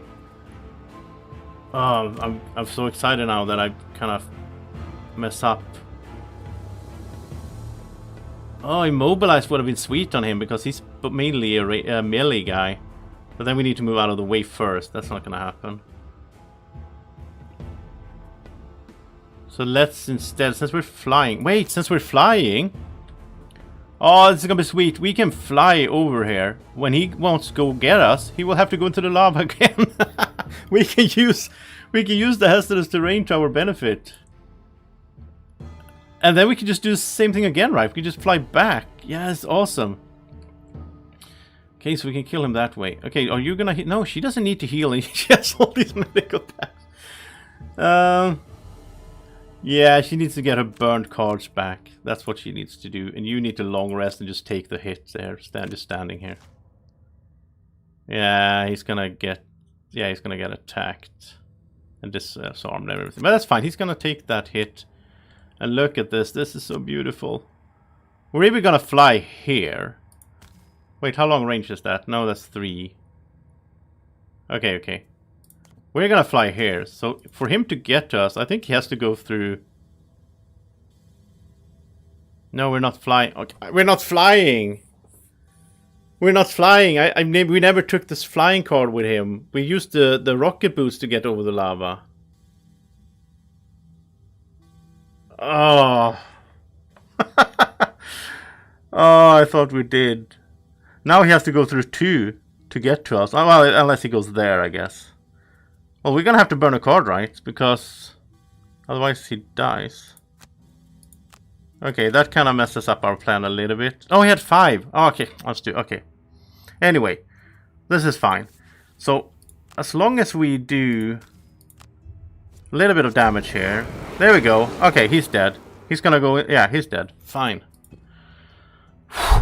This is intense, people. Who said, like, board games or, like, you know, strategy games couldn't be get your heart pounding. Oh, he hit the bird. Okay. Let's recover cards here. That's very important. And we want the... Let's get all the good guys here. You can't do anything here. There's no summons out. Okay, Sawbone is done, but he did a good job in the end here. He did help out. Can we use the healing card for like basic movement or attacking? I guess we can, right? Yeah, you just need a long rest here, I guess. I assume we can use these for... Yeah, we should be able to use these for... Yeah, so... Okay, that's good as well. Because she has full health. But okay, what do we get out here? That's... Yeah, we'll do the bottom attack there. And now I wish we had the dogs for the... you know. But... This... yeah, Thorn Shooter is not bad either. You can put him behind her. She can tank a little bit, sort of. Since she has so much health. Yeah, we can use those cards to basic... Oh, she has a shield as well. No damage at all. Oh, no! No! We just lost, right? Almost. Because he pulled her into the portal. Didn't it say, though, that at the end of every round... Oh, okay, well... Oh, yeah, so we didn't lose. She can still go back. Yeah, she can still go back, right? How would she do that, though? Is it if you end your turn? What did it say? It says if you... Ending movement. Okay, okay. So if she just goes... Like that? Skip movement. Okay, she's back. Otherwise we would have lost. You lose if you don't have a live hero in here. Or like a... Okay, then we get the ooze out instead then.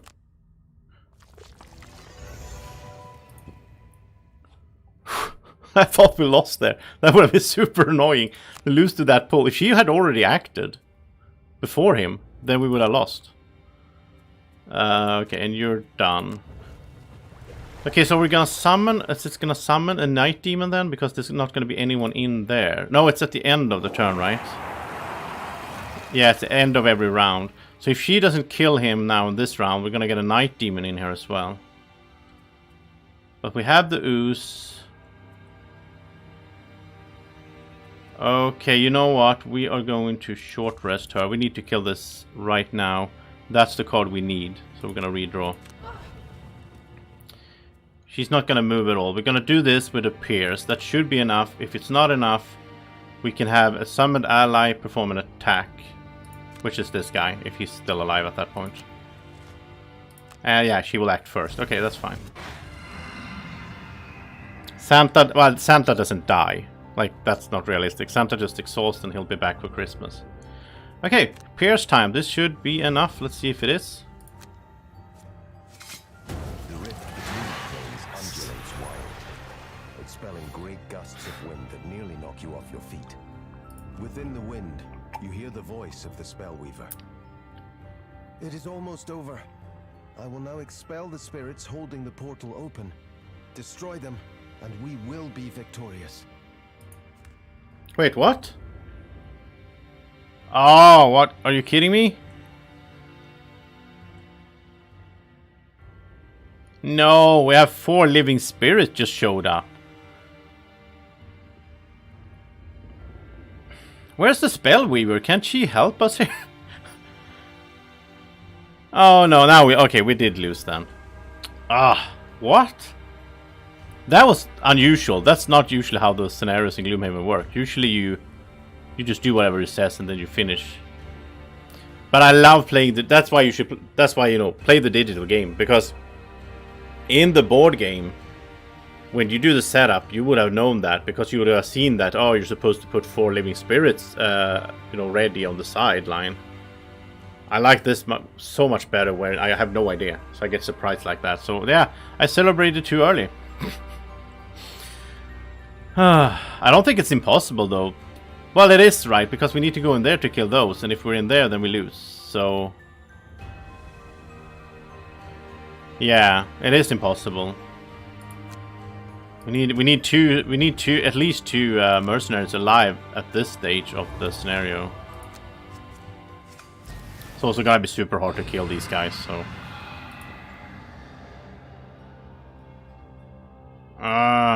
that's boring.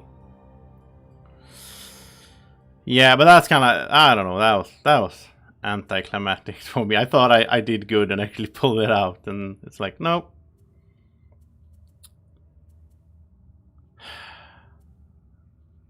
Oh well, she needs, yeah, battle gold is not gonna matter. I guess she can pick up some gold, because there's no way for us to complete this now.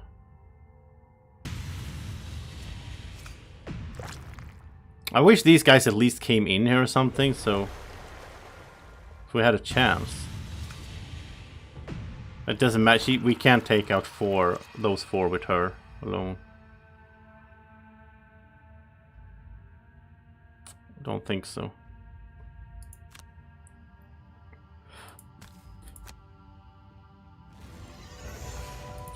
I guess she can also get some.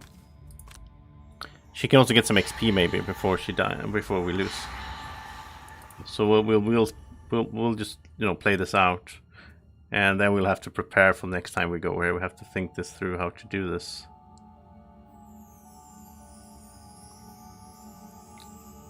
Let's get the bat and have this just for the bottom part, I guess.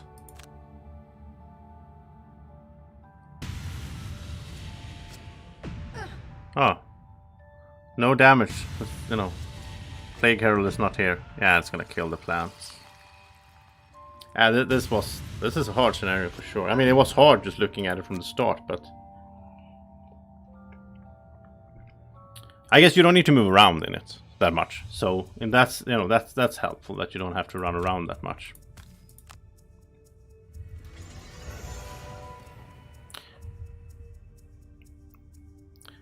I don't know where those night demons, they never showed up. Like, they were supposed to show up here if nobody was in there, but that hasn't happened yet. Maybe it will happen now, I don't know. No! Is it bugged or something? If at least one mercenary is not present in the plane of elemental power, which must be the thing, at the end of every round an item will spawn in the material plane. But does it somehow count Plague Herald to be here because he died there? I don't know. That's kind of weird. Even though, I'll take it. You know, it's gonna make the thing a little bit easier, I guess. Okay, that's 3 more XP. That's good.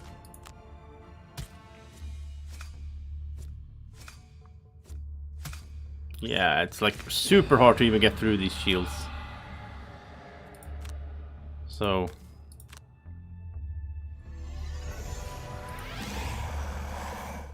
I see no point in moving. Oh, she could pick up the gold, I guess. She should have done that. Yeah. There's a miss. Wow, we need to prepare for this scenario. I mean, we need to take care of these with those shields. It's gonna be very hard. We need Baneful Hex in play, really, at this stage, so that they hit us, they get cursed drawn, and they take damage. That's like, I think, the sort of easiest way to do this. Now she gets a little bit more time here, I guess, so she could pick up some gold.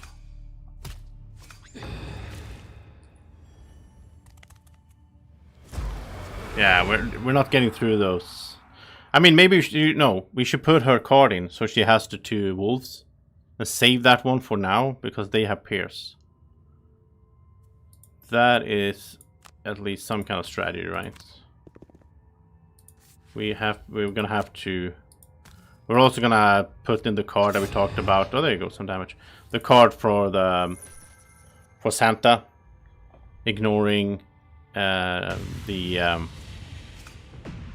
negative conditions. That's gonna help early on when he got disarmed and all that. And we also need to have some better strategy somehow. But I mean, if the scenario doesn't work like it says, if we don't get a Night Demon in here, if we don't go in there, then we'll just stay here and kill everything. And then 2 of them will go in there. But it feels like cheating, but you know, if it doesn't... Yeah. Okay. So, Merchant got the Wand of Darkness, right? Yeah, it does create dark. That's what I thought. 32. Okay, so we're gonna get that one for her later on when she has 32. Yeah, stun, disarm, wound, piercing. Yeah, we need all that good stuff. You know, and yeah, I wish we could just bring in Mindthief back for like one more scenario. Come on, help us out here, buddy. We would need him. Let's look at the city encounter. Okay, I'm not gonna read all this. This is the Vermin guy. He wants to sell us something that he found in the sewer. I tried this multiple times. It's always you just lose 10 gold and it's trash. I don't know if it can be something different. Like if it's with the birds, sometimes you shoot the birds, sometimes you don't, depending on the color of the birds. But I think this text is the same, like it's always been. So we're just gonna refuse to pay him. Yeah. Okay. Yeah, we don't have enough money really for anything. Yeah, we might need to grind. We might need to grind a bit before we can do this. We might need to get like level up these, you know, him a little bit. Get some gold, get some gear. I mean, at the start here, they're very short on gear. I mean, she's doing decent here, but we need better gear to do this, I think. I don't feel like repeating this right now. I don't feel like repeating this. We'll have to do it at some point, but we're not gonna do this because of him. Well, I guess we could do this, but not bring Dwacko. That's another option.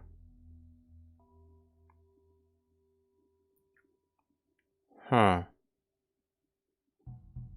That would be pretty fun, actually.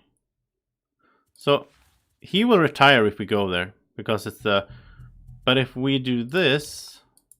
Okay, this is a funny thing. Let's do this. He'll take a break. And we'll get Darko in here. We get to see him play a little bit today as well. Why not? That could be fun. So these 3 can go here and do the side quest. Dwacko can take a drink at Sleeping Lion meanwhile. But then we need to level up Dorko here first. So he's all about like sneaking up and like he can go invisible here, like move 3 invisible, but then he needs darkness to do that. Here he can like improve his move or attack based on darkness. He can curse a little bit. I do like that. And there's like attack 3, but it's kill a normal target instead if he has darkness. So he's all about that. And I love that card. That's like scurry. You move an attack on the top there. Okay, let's see what he has here. This is also invisible.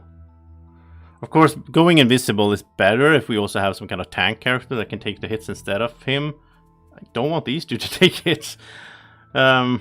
This is cool. If he has darkness, he can do that big AoE. And the bottom of this card is insane as well. Move to any unoccupied hex. You cannot move through a closed door. But if he has darkness, he can just move anywhere. I mean, that is open. I mean, imagine that in a scenario where you're supposed to run and you have like this long, and you need to run the whole thing to like get to a treasure chest or stand on a pressure plate or whatever. He could be super good that way. And there he has a curse, attack 3 curse. Ooh, I like that.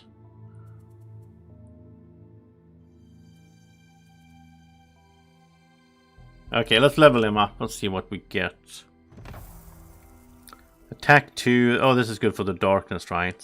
Puts darkness in from Soul Fire. Attack 1, range 3, wound. Add stun and gain 1 XP if you're invisible. Oh, that's a good card. He goes invisible. Next turn, he's doing Soul Fire.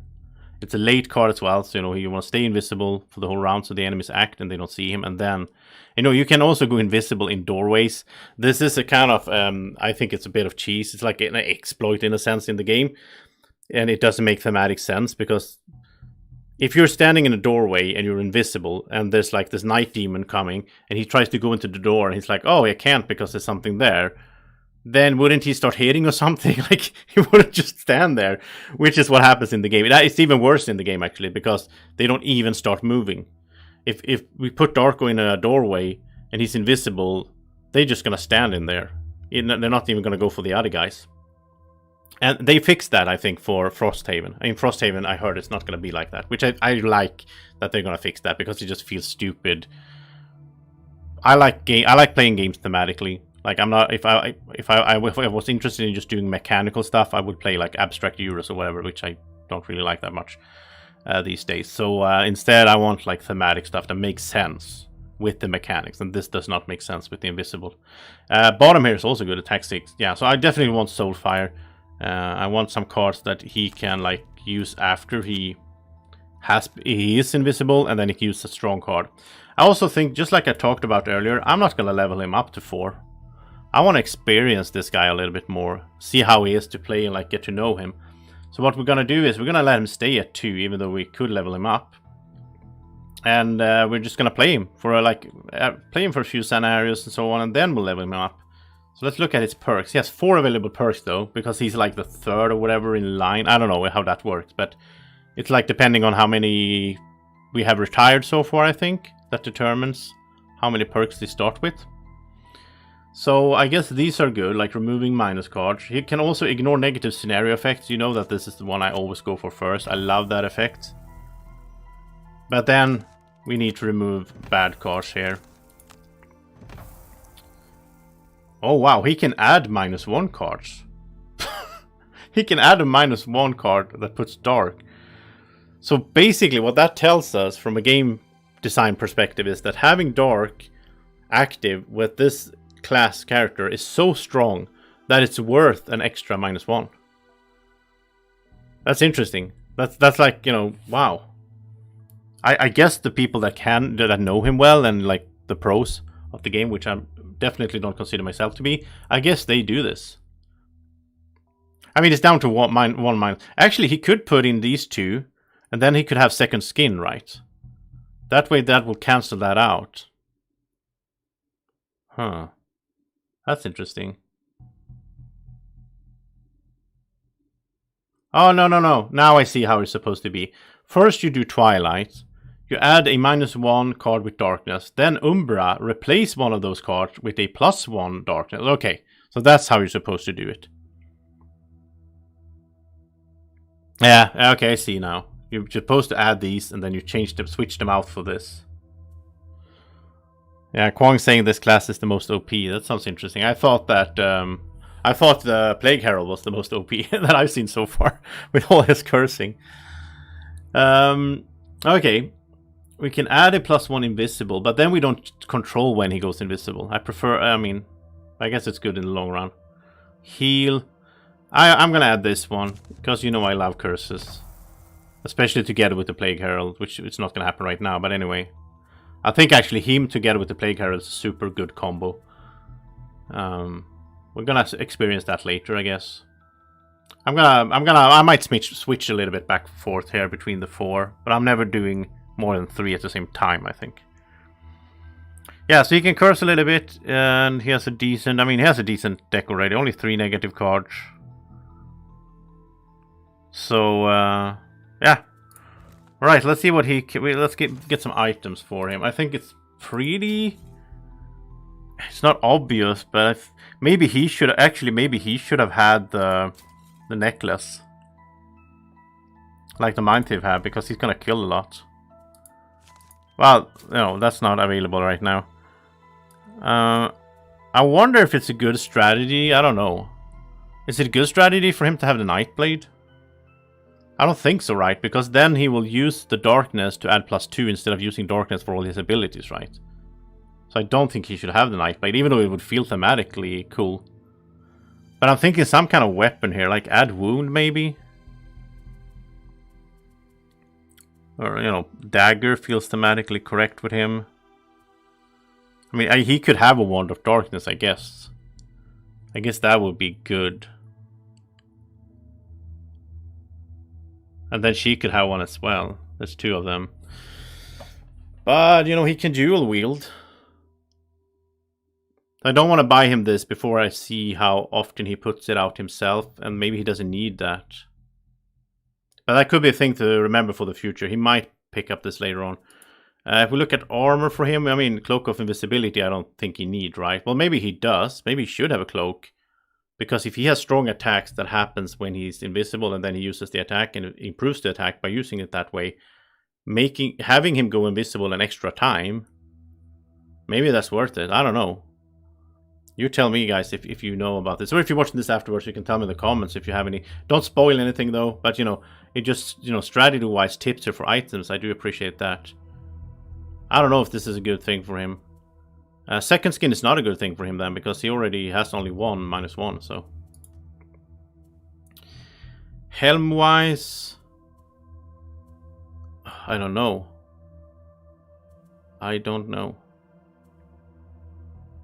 Cloak of Pockets is nice, yeah. That's always good, I think, for like any character in a sense. There's so many good small items, especially at this stage of the campaign. We unlocked like the major stamina and all that. I think he should have a major stamina. Everyone should have one. I'm buying it for all my characters. There you go. So 43 left. Boots-wise, what boots would be good for him? How is he doing on movement? That's what I always check, right? So move 3, move 2, move 3, 4, yeah. I always think he needs jumping boots, right? To combine with his movement cards. I'm thinking of him a bit like the Mindthief, right? I don't think I'm too far off if I do that. And he could get rocket boots, but I want the Santa to have rocket boots, so we only have one left, so I'm gonna get him winged shoes here. So he can get out of a tricky situation by jumping. And then we have 21 left, and I don't think there's anything we're gonna get for that right now. I think I'd rather save that. Maybe get him a jagged sword, actually. Adding wound isn't bad at all. Well, we can't right now, but... Yeah, I think we'll save money now with him. We'll see what we get later on. So, if you get boots and stamina pot, That's a good start, I think, for any character. Also, we are at level 3 right now. So wait, what does that mean? Average level now, what is it? 7 plus, that's 11, that's 13. So 13 is 4 and something. 4 and 33. And you divide that by 2, you get 217. Then you round it up, you get level 3. So we could level him up once more without increasing.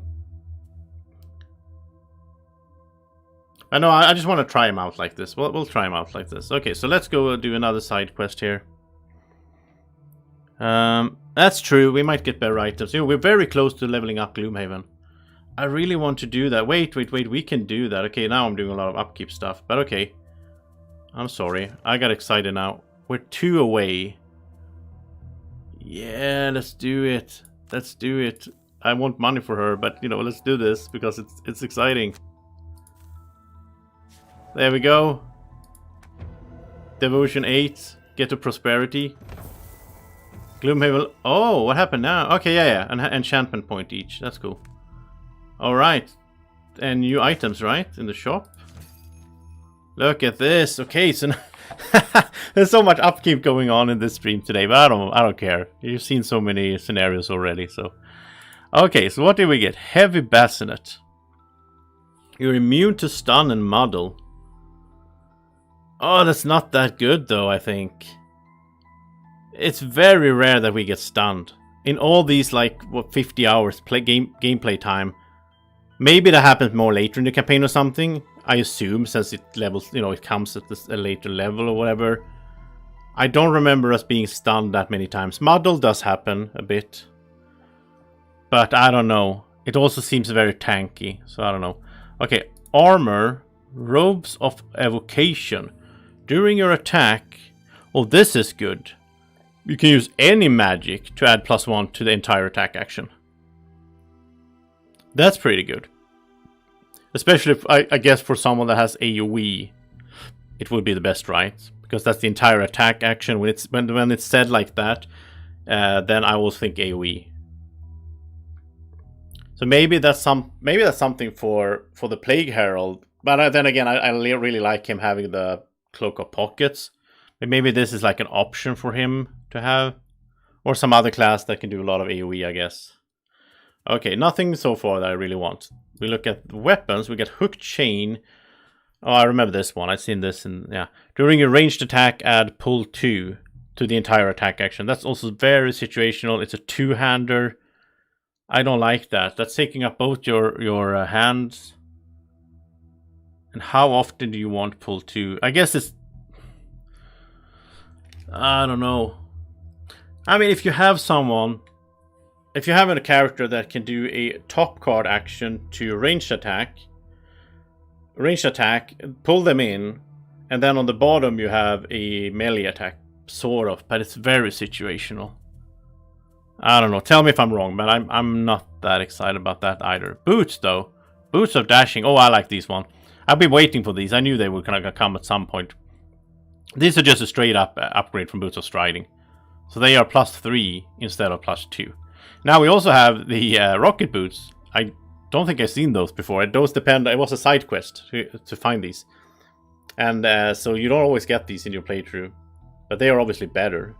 They are combined winged. They rocket boots is just a combination of wing shoes and boots of dashing. Then, yeah. But we can only have 2. So I mean, Santa gets one of these. Maybe, I don't know, maybe someone else will get boots of dashing. Like, right now I like Cersei having the comfy boosts. That's good. And I like Darko here having the wing shoes, so. Oh yeah, I love Spellweaver as an AoE damage, but you know, she just came in a bit, said hi and retired because I played her so much. I didn't want to go there again. Small item though. Oh, look at this. This is one I've been waiting for as well. I've been waiting for this item to show up. Major power potion. I remember this one. This is so good. During your attack, add +2 to your entire attack action. This is amazing. Especially for AoEs. And you know... Oh, we can't make him show up right now. Anyway, Dwacko, the Plague Herald, he has a bunch of AoEs that we are using a lot, and he can hold a lot of small items. So he's definitely going to get a major power potion when he gets back from his Sleeping Lion drinking night. 42, I think he can afford that maybe, or soon at least. Yeah, so major power potion is good. The other one here is Ring of Haste. At the end of your turn, play one card from your hand and immediately perform the bottom action of the card. That's really good, right? Isn't it? You burn through your cards faster. Man, I mean, you can do the bottom. Like, there's a lot of good stuff on the bottom. This is almost an... I remember having this in my board game campaign. And at the end of your turn... Yeah, that's good. You can even refresh this, right? So...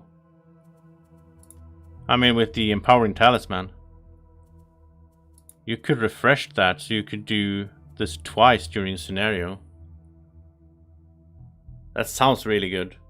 Sounds really good to be able to... Like, if we take a look here...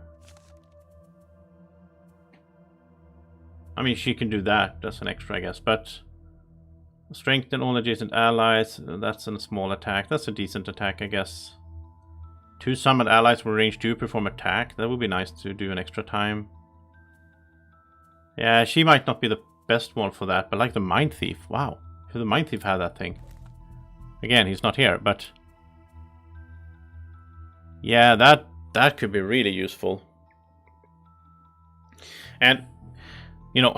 These 2 items, they are really good. I think they're really good, both of them. And that's like an extra argument for getting Cloak of Pockets for this guy. Because just giving him a bunch of items, right? I mean, what can he do on the bottom? He can like attack, go invisible maybe, you know, curse, move obviously.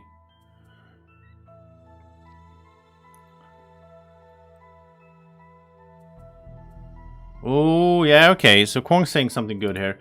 We can use, like, for Santa here, he could do the... He had the immobilization card, right? Whichever that was.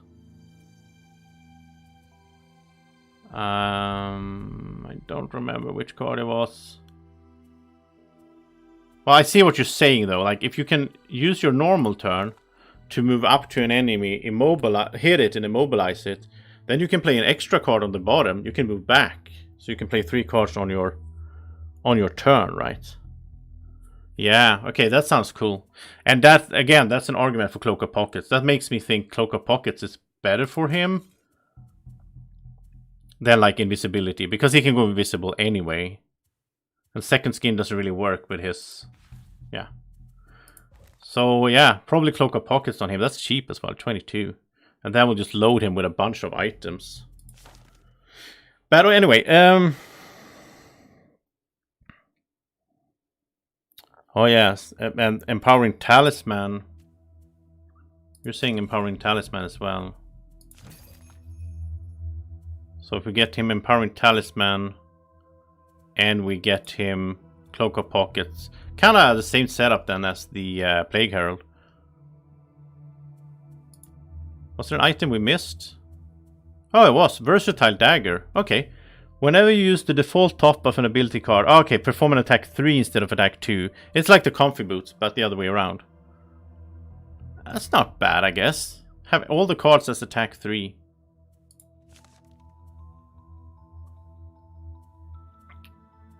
Yeah, maybe that's not too bad. I don't know if it's good for him, but overall that's a pretty good dagger there. I like that it's a passive effect. I mean, there's a lot of good stuff in this game, but it's like you use them once and then you have to long rest, or you use them once and they're gone. Having the Comfy Boots, and same thing with the Versatile Dagger then, I like it because it's just there all the time. That's pretty cool. Wow, we have so much cool stuff going on in this game now, right now. I have a hard time focusing. We are going to go down here. We're going to do this. But before we do that, I need to take a really quick break. And I'll be right back.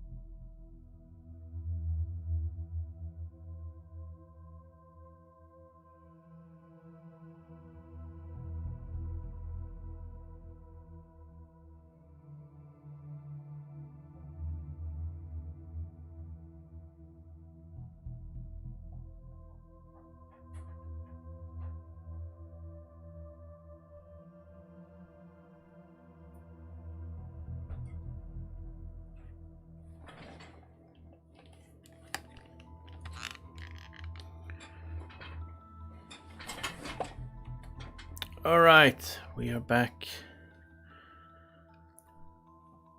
And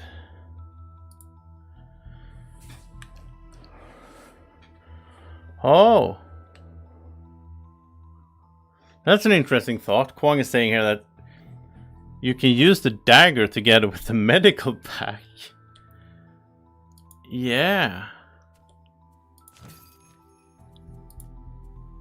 See what? Yeah. So if he has the dagger, he gets more cards.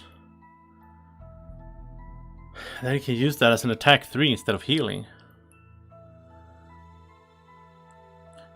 I mean, same goes for her, right? When she gets those, she got 3 of those in the last scenario. When she gets those cards, she can use them for move 3 instead of move 2. Cool. Really cool character, the Santa guy. Okay, let's go to the swamps. We need to activate all of the pressure plates simultaneously to open the door and keep Fish alive. Well, it's going to be one of those annoying scenarios when he's going to run around and get himself killed, I guess. Road encounter. Up ahead you see the path you're on leads into a dark and unfamiliar wood. It gives you an eerie feeling. As you step closer you can feel your skin crawl and it forces you to pause. You can't help but think that this wood might be best avoided. We can continue down the path or we can find another way.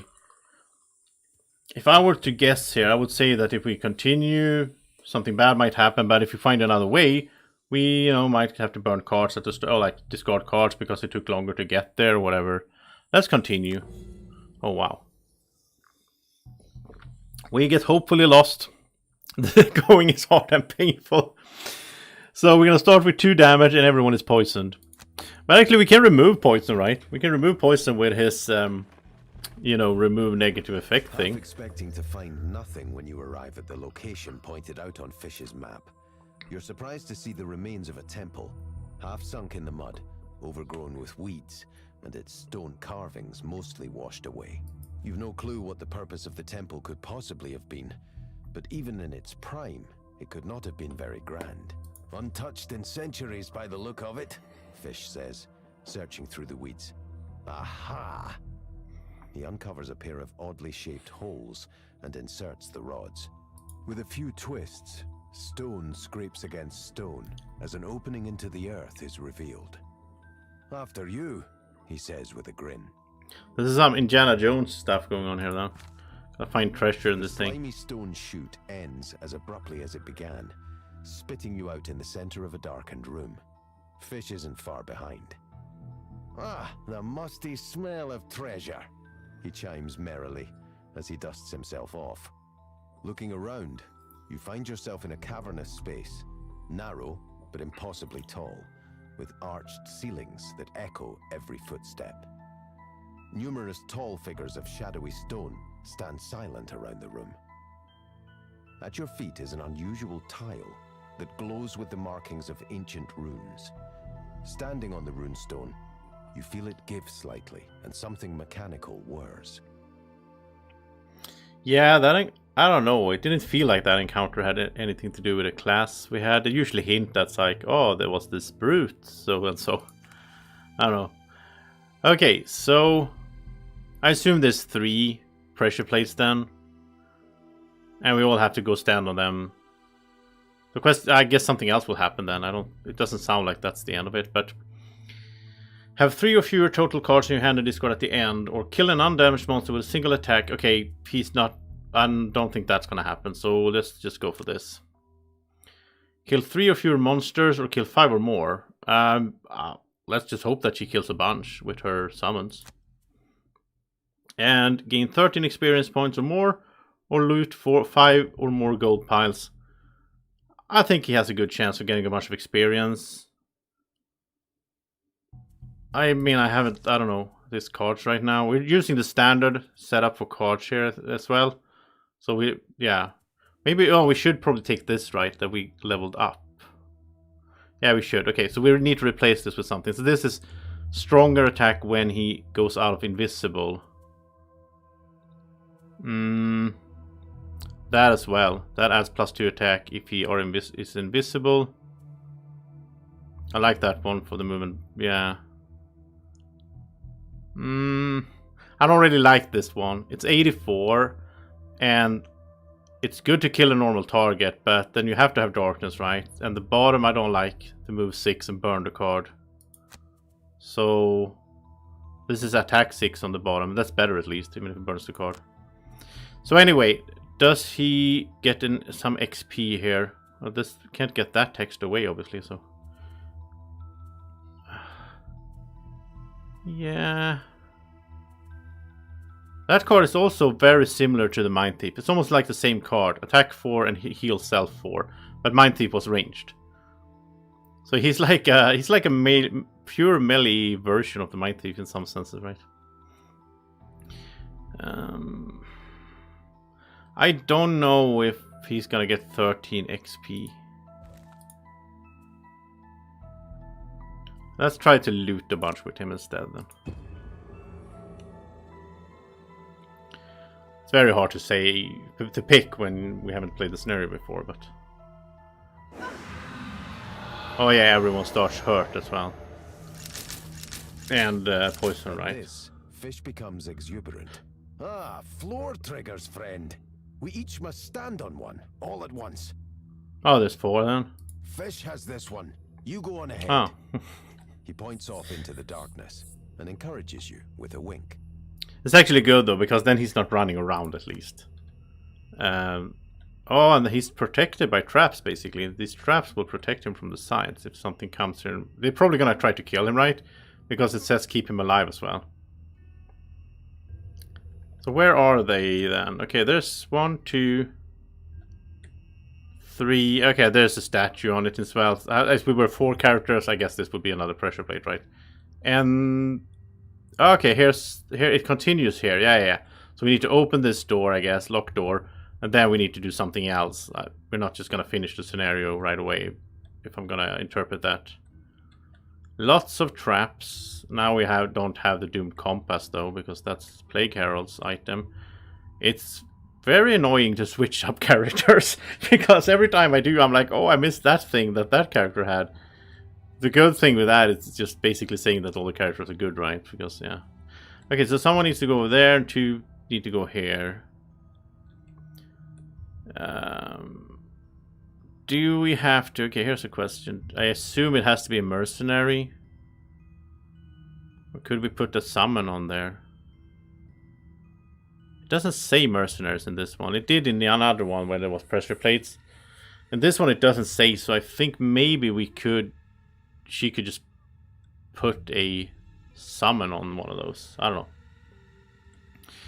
This is gonna be hard, I guess, because we only have 1 character. Well, none of them have, like, all the items they should have, right? Then again, we're lower level now. We're level 3 now, which we can also see on the damage of the traps and the gold. It's 3 gold and 5 damage instead of 4 and 6, which it was, which we used to at this stage. So Sawbones. I feel like he should go together with someone, just because, you know, he can support stuff. Also, he should do this thing. Remove all negative conditions on 1 adjacent ally. Oh, it's not on everyone. Oh well. At least he can do that, get rid of the poison. After he moves, so someone else should move before him.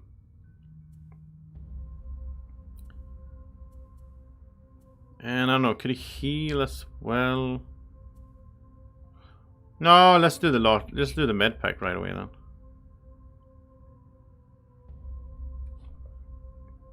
But maybe you shouldn't do this one, because this burns the card. And the bottom there is to be immune to all negative conditions this round.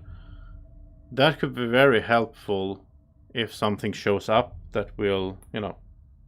So let's do the first aid then. But I want someone else to move first. Yeah, so he can go before him. There's no enemies in here right now, which is a bit tricky, right? Okay, let's do that. Yeah, I think also only mercenaries, but it didn't say this time. Okay, she's gonna go the other way. She has summons to help her out. And she also has the most health out of these guys. She only has 15 though.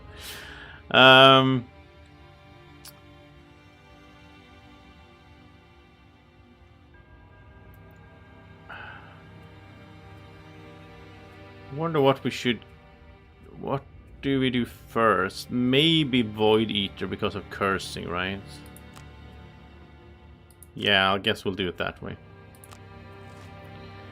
And... oh, he's actually going to fight. That's cool.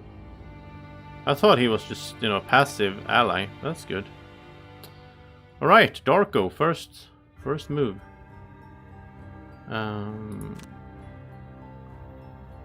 1, 2, 3, so he can go there. And I assume some enemies will show up here at some point.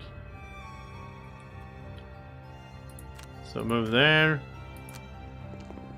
Remove the negative condition. This is really strange. This is like a totally different party. I mean, these are the 3 newest characters that we have, right? And give some med pack. Yeah, I'll see for myself. I'm sure there's gonna be 10,000 enemies showing up soon. Probably in there. Okay, so that was his turn. I hope he's not gonna move then. I don't think so, right? He's gonna stand on the thing. So depending on where the enemy shows up is where we want to place the Void Eater. I'm just gonna go by my gut feeling that the enemies will show up here because they want to kill him because we need to keep him alive. So let's put the Void Eater here. And then have her move. Just a gut feeling I have. I never played this scenario. Yeah.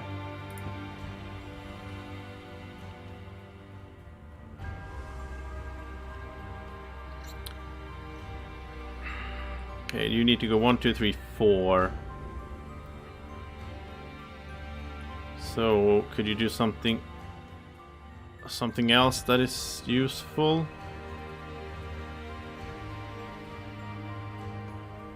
You could do this, I guess. Give another med pack before this guy moves. Can he do something useful? No, I don't think so. So he can just spend something like this that is late. Yeah, it's probably good. And she just needs to move 1 step and then of course summon something. And I want something that moves well. So maybe slime. Slime is always good. I still used to hate uses, but starting to change my mind. Okay, it seems nothing happens here until we... Oh, before you move, you want to give a med pack again here. Yeah, Santa was such a good name for him. Okay, and this turn. And I don't think we will put this into play. I mean, during the next 4 attack actions while invisible, perform attack 2, range 3 as the final part. Sounds really good, though. Let's get that into play. And then we'll work on getting him invisible and all that later on. I feel like then he's actually doing something except just moving now. Slime. Let's see what happens. Everyone's on the thing. Oh, that's why they were standing there, the statues. Okay. 6 damage right away. That makes sense. That's why they were just standing there. I didn't even see them there. But I kind of like these guys. I mean, they have shields. But they don't have, like, any... Oh, no. They don't have, like, the other big guys, or the other demons and whatnot. A lot of other enemies have annoying abilities, like immobilization or whatever. These guys don't have that. They're just big and strong, have a lot of HP and hard to kill, basically. Okay, so that's why he's a statue. Okay. Yeah, that was pretty cool made in the digital game as well. I wonder how does this work in the board game then? I haven't played that in that. I guess you don't place them until you... I guess you turn the page. I don't know. I hope they do that better for Frosthaven, actually. Speaking of that. So that you always have to, like, turn a page in order to see what happens, like when you open a door or something. I didn't like that in Gloomhaven, where it was like, it was really hard not to peek, so to speak. Okay, well, I don't think we should be standing here. Oh, now we need to kill them all to open the door. Okay. Well, I like the traps. I wish we had some way to put them in the traps, though. This is pretty cool. Shield 1 affect all allies. That's actually a good one now, I think. And then you should move out of here. This one is probably not moving that much, you know. They're slow, so...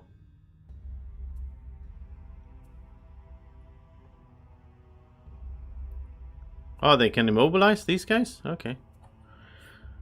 I don't remember seeing that. Okay, well... Move 3. Let's do that. And you kind of need to go invisible, I think. Wait, how do we do that then? I think I burned... Does he only have one card? Yeah, he only has one card to go invisible. We need to fix that. If he has other cards, we need to put those in.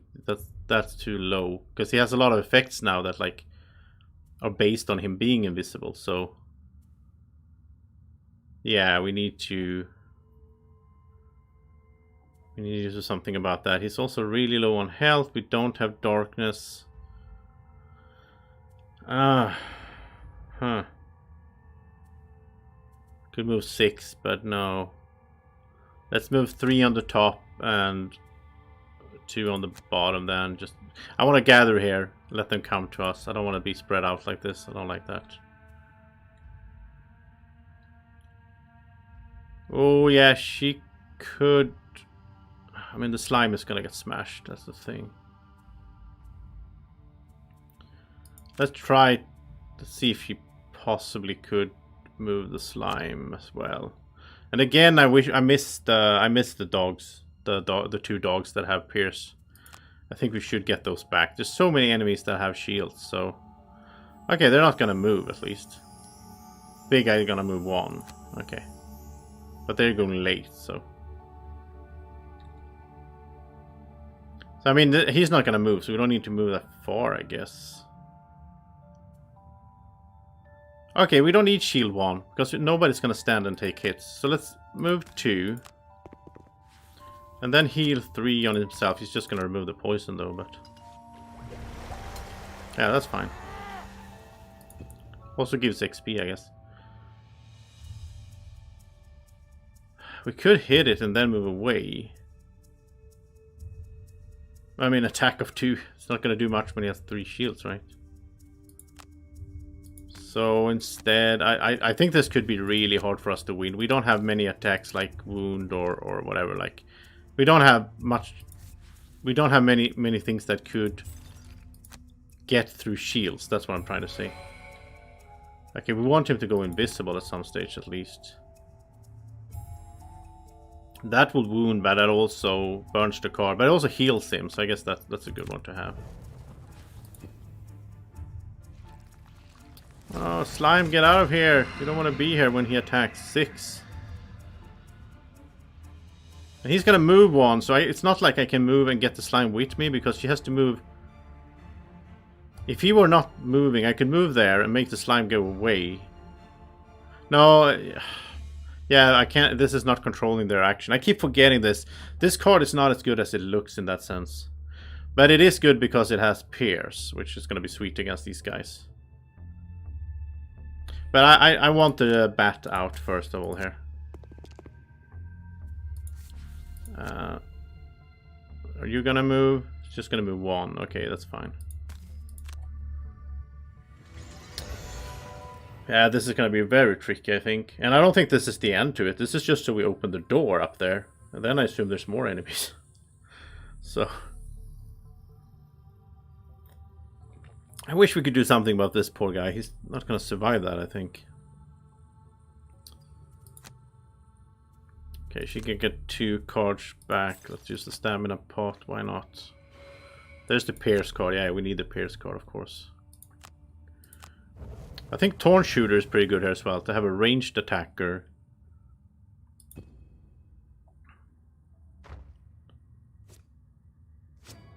Oh, I missed him. Nice.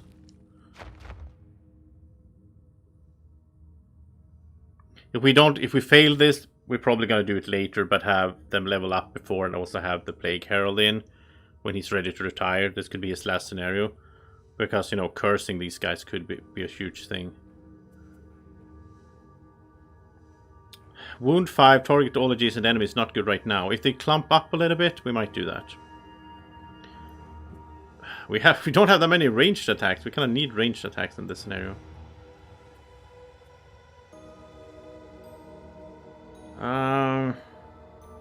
We also need to protect this guy, right? So we need to kill this one first, I guess. Recover cards.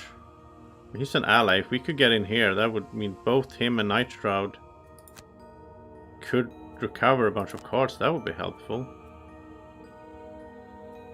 Can he move 4 though? No. Well, he could, but yeah. Oh, there's a stun on this bottom part of the card. There's stun. That would be sweet. I almost want him to like just stand here and heal right now, but he doesn't have any. Ah, this is tricky. I mean, he's not gonna move. Well, he might move 2. I don't think so though. So I don't think it matters if we go a little later here. We still don't have darkness. we need to get darkness so we can go invisible. That's the thing, right? Oh, he has a ranged attack with Muddle. Okay, I know what we're gonna do with him. We're gonna curse a little bit at least. She has the range with Pierce. That's gonna be good in here. I'm gonna have to use that, I think, multiple times or something. She also needs to move to get into range, so there we go. Yeah, this is gonna be a tough one. I don't know. Okay, normal Stone Golem is gonna range attack, but it's also gonna take 2 damage. That's good. Only range 3, so if we can get away, yeah, that could be fine, I guess. If we can just get away from it. The elites ones, that's these 2, right? Oh, that's an elite as well. Oh, there's 3 elites. Oh. Yeah, they're also gonna range attack. This is gonna be bad. But they're not gonna go for fish because he's acting last if there's equal distance and all that. Is he actually gonna move and attack now, or he's just gonna stand there? I don't know. If he didn't do the last round, he was just standing there. Okay, well, let's at least get some. Yeah, we need to be careful here. We're just gonna do this. Get some curses in there. He's gonna range attack if it's equal distance. I'd rather have, yeah, he can range attack fish, I guess. All right, take care, Kwong. Thanks for the help and everything. Okay, skip attack. Slime is attacking, of course. Yeah, so Slime is gonna, you know, keep him busy. Oh, look at this. Now the bird is gonna be the prime target here.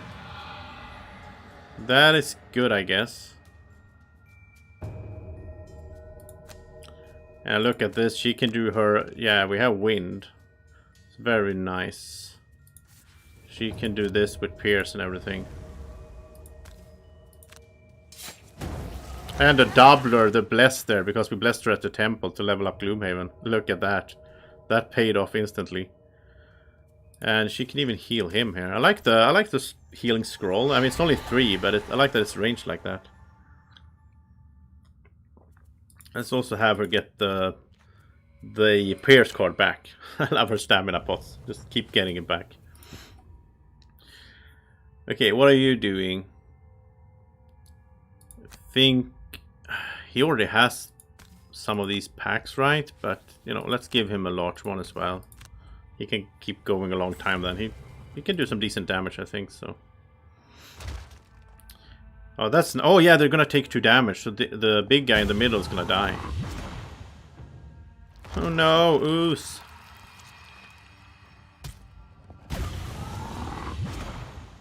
Yeah, so at least he's dead.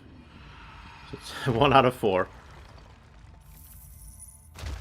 As I said, I kind of like these kind of enemies because they're slow and all that. It's like, I feel like it's easier to control what we're doing against them or handle them in a sense than a lot of other enemies.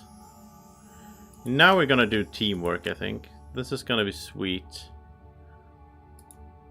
But he needs to do it... Yeah, let's do it this way. So she can get in there as well. So he can be adjacent to 3 allies, or even 4, because she can summon something. Yeah, she can... Yeah, this is gonna be awesome. Okay. And... I think he's just gonna heal then. We're just gonna have... This is gonna be like a setup round here. He's gonna double heal. Okay, so Stone... He's not gonna move at all. I love these enemies. They're like living corpses. I like them too. So big, strong guys, sure, but like they're not really moving anywhere. So it's easy to control them. He's not gonna reach anyone. He's not gonna reach anyone. So we're fine. No attacks this time. I'm happy we got that guy killed, because he could have been a real problem. Okay, you go there, pick up gold. Get a Taunt Shooter out here, so he's ready for when they come.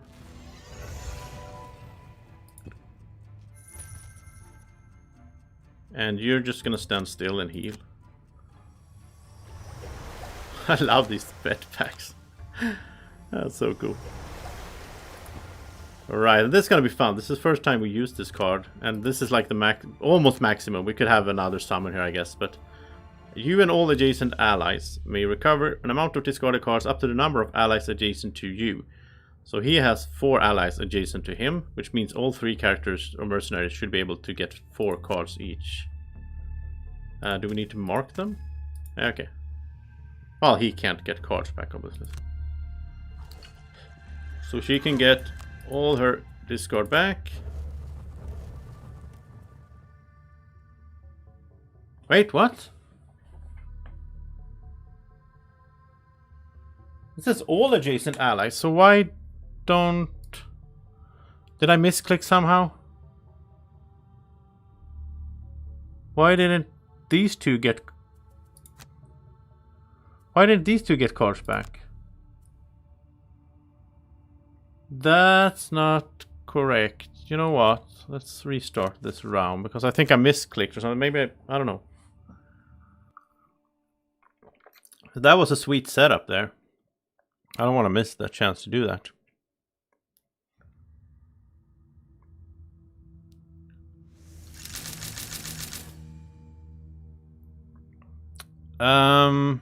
Okay, so let's do the same thing again then. There, but we need to go late. You're just healing. And she is, what was it, moving and Thorn Shooter, right? And it's upside down all of a sudden. It's like everything looks weird. Okay, there we go. Let's see how this... Let's try again. I don't think it worked as it should. Either I misunderstand the card totally, or I misclicked something. Because if it's only one person that heals or gets the cards back, then it's way weaker. Then I might not use it, actually, if that's the case. Okay. So, We're gonna read this again.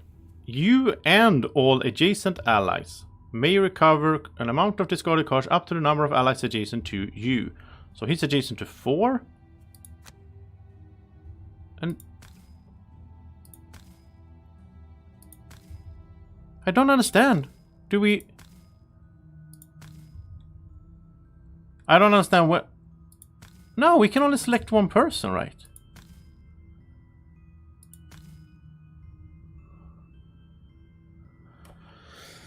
Either I'm missing something or the card is bugged or something. I don't know.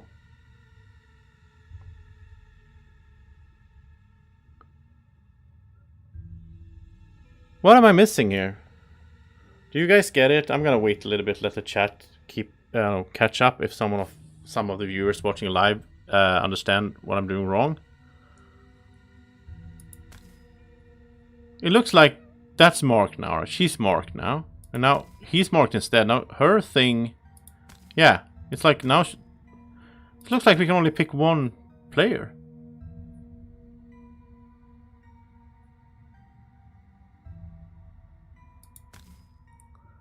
And that's not what the card text says. Maybe this is bugged.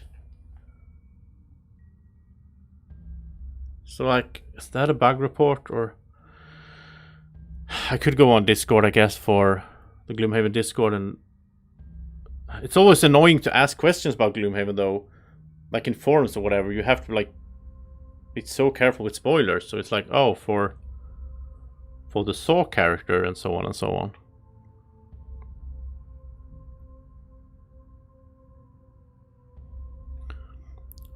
You say, you and all allies, but...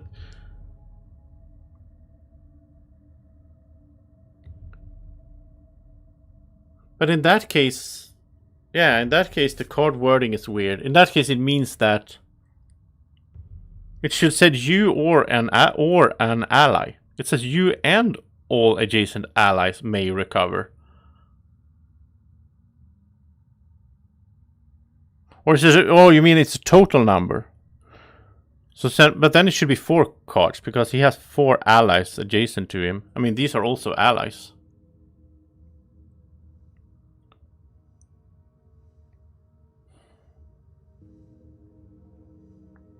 Up to the number of allies adjacent to you. So he has like, well, he has 5. She only had 3. He has 5 discarded cards. So if we make sure to like click him, it says confirm targets, like multiple. But we're only marking one thing. I think there's something wrong here. I think there's supposed to be targets, not one. Maybe this is tricky with the program or something. Okay, let's try with him here. Then he can get 4 cards back, which is correct, I think. So far, it's correct. But oh, okay, okay. It's done in phases. It's done in steps. So now it's her turn. Okay, okay. Now she can... Okay. That makes more sense. And then he can pick himself, right? Okay. Well, then we're all fine. Then it works like intended. Oh, 99% or 99.99% that I say, oh, this is probably a bug. It's just that I didn't understand how it worked yet. Okay. So it did work like that. And then it is awesome. Because we got a total of, what? 11 cards back from the Discord round. Because she only had 3 discarded, so. And that could have been even stronger if, you know, she had like another summon here or whatever. Another thing is weird though. Like it says he's gonna move and attack and whatnot. He's just standing here, so I don't know why he's not doing anything. I'm gonna give her some med pack cards. And we need to get darkness in there so he can go invisible next round.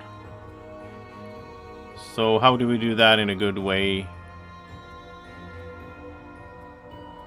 Well, I can just move 1, I guess.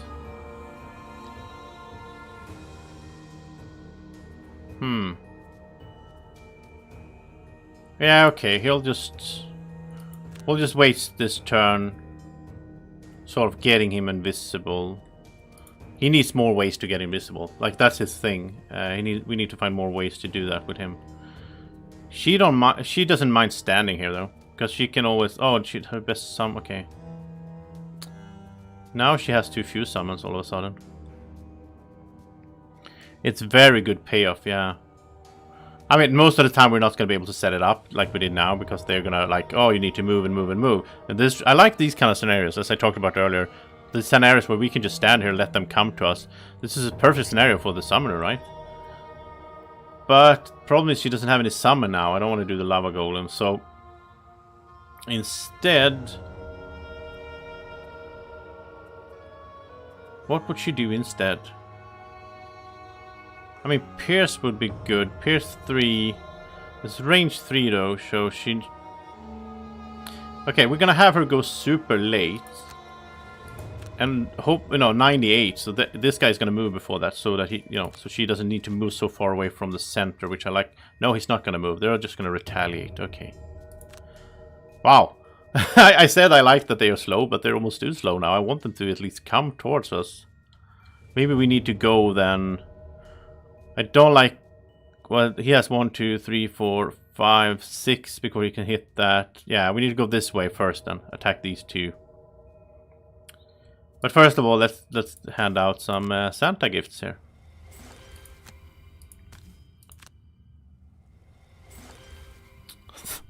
That is so cool. I love that mechanic.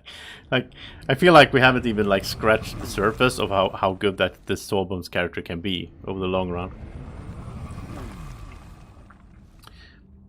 And the 17 mercenaries, after this whole playthrough is done, I guess in a few weeks, and I played all the characters and so on, then I'm gonna do my top 5. I'm gonna do a top 5 list of my 5 favorite characters.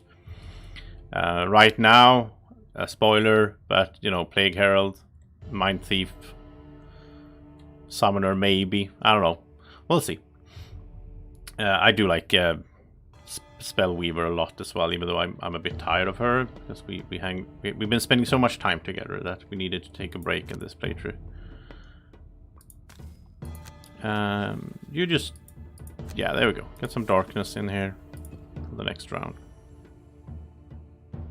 Oh, why isn't... This is strange. Why isn't Torn Shooter moving? That I don't understand. It should be moving towards the closest enemy to attack it. That's very strange. Doesn't it register this guy on some... I hope it's not bugged. Like, he should be moving too, right? He says move 2, attack 3. Like, he's not moving. Yeah, and that thing didn't come any closer, so...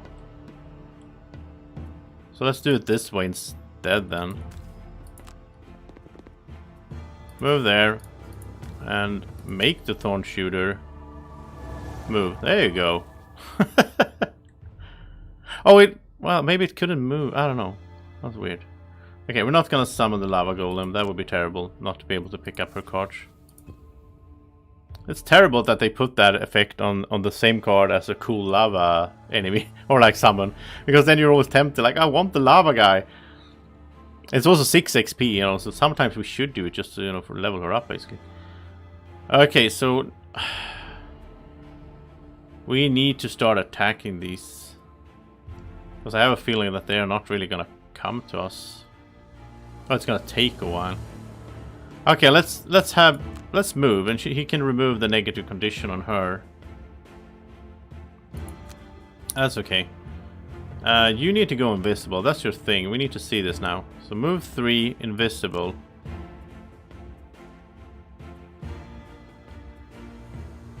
And there's a good attack for being invisible. Okay.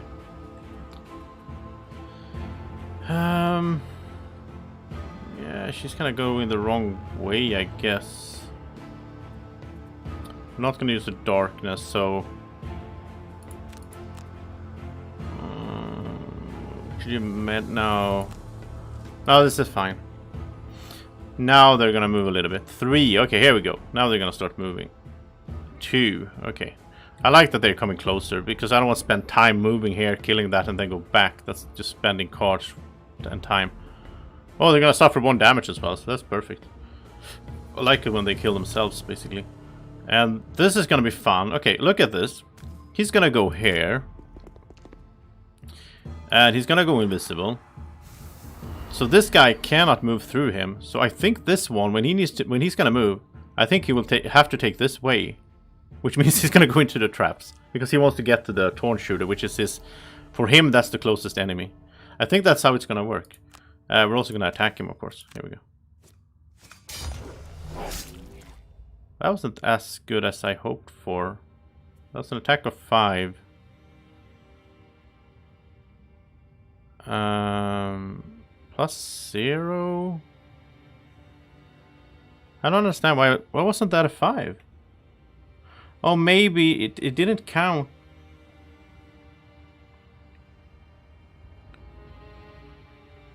That's very strange. It says it's an attack of 3. Now I'm lost again.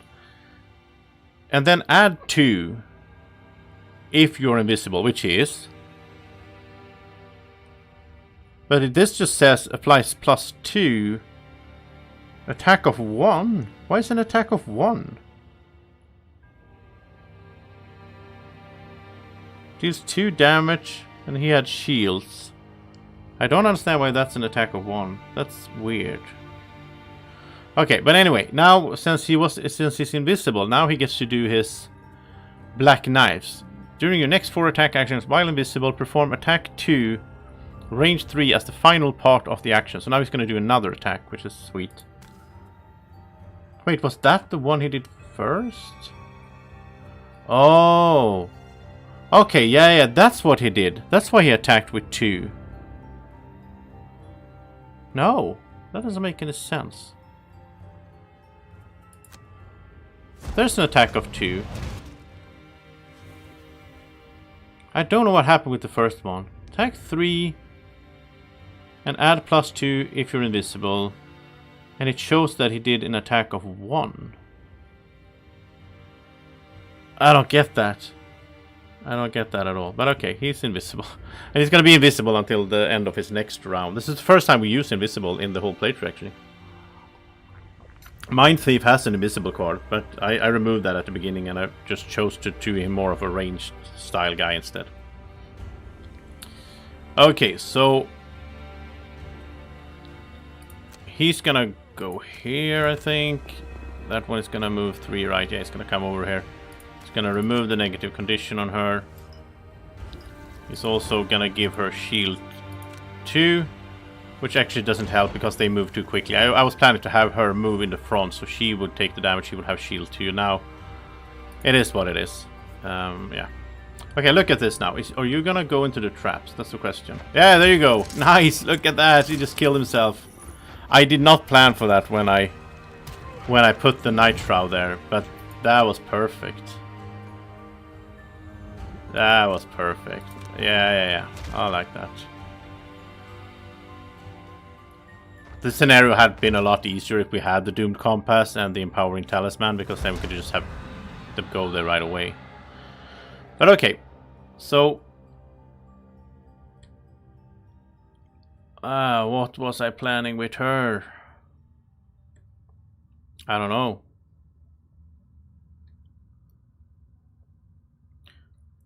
Okay, so she can do this. She can move 3 when she's doing this, because she has the Comfy Boots. So she can go here. Now if she has an adjacent summoned ally, she can make it attack +1. And move as well. He has what range? Oh, he has 4 range. So then we want to move him back, actually. Keep him a bit safer. Attack +1. Okay. Oh, wound. Oh, I love it. And he always applies poison. Oh, nice. This guy's going to bleed out. Okay, so then we don't need to worry that much about that one. It's only 1 to kill then, really. All of a sudden. Okay, attack and move back, maybe.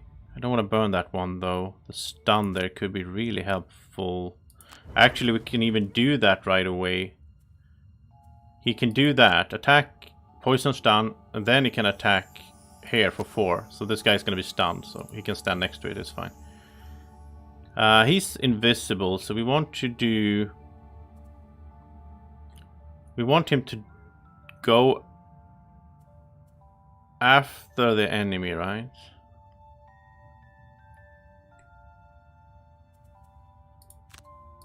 Yeah, that's cool. And she's gonna short rest, and then she's going to do her thing, so she gets her 4. So she gets all her summons back. So on the top, she can make the plant shoot again. That's awesome. And on the bottom, she's gonna recover 4 of her burn cards. So okay. Okay, so you're gonna move 1 attack. Yeah, that's fine. He doesn't reach anyone. I think, at least. This not... Oh, he's gonna be stunned. Yeah, so that's fine. This guy's not moving at all. I don't know why. I wonder if that's bugged somehow. He hasn't helped us anything so far. And I love his modifier deck. +2. We need to get him more attacks, I think. Oh, nice. The plant just insta-killed that thing with a bless, so... Okay, all of a sudden we don't have anything to do. Oh, these guys don't. Okay, let's get all the summons back for the later rooms here. And... I think this works. I think it's gonna reach. It has such a good range here, so... Here we go. Nice. Plant for the win. And... That's it. Okay, so he doesn't have anything good to do now. And he's invisible and everything. Or maybe he can move. What is it, 7? Is it 7? 1, 2, 3, 4, 5, 6. Oh, he can't reach it. He's in the way. Okay, so he can't really do anything good. So instead, we want gold with him, right? Sadly, he's just going to go visible again. So the whole invisible thing... I mean, in this scenario, there wasn't really a doorway in that sense. If there's a door, well, there's a doorway, but like if you can go invisible in a doorway, that's when invisibility really is broken, or like OP. And he's stunned, yeah, so that's it. And you don't move for some reason. I don't understand why. Right, let's attack and move away, maybe.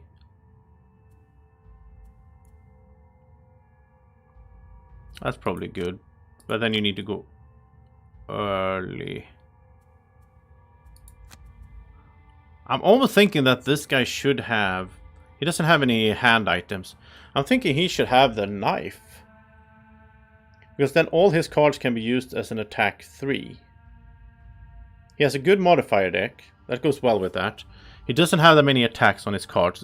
A lot of times, like this one here, I like the effect of it. I like having it, but it's not good all the time. So when it's not good, then he can do an attack of 3 instead with a good modifying deck. So I think he should... And then he can have another item. So I mean, that's not bad either. I think he should have that new dagger that we got. I think that makes sense. What are you gonna do?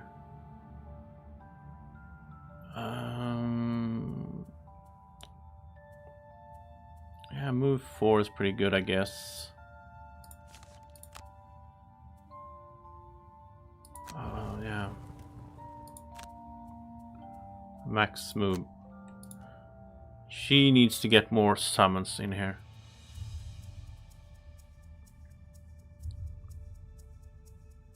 And that's good.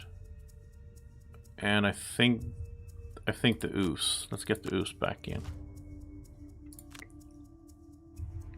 It's gonna move 3 attack 4. So let's do a normal attack here. I wish this was a 3 attack now then. Ah, no. Nothing there. Let's go up here. The door is probably gonna open right when this dies. So you can move 1, 2, 3. Well, 1, 2, 3, 4. 1, 2. Yeah, you can't reach it. Not even with jump. 1, 2, 3. No. We're just gonna have him go over here as well then. Sort of get ready for the next room. Okay, now this guy comes here. Oh, that's bad. Yeah, that's bad. Oh well. Oh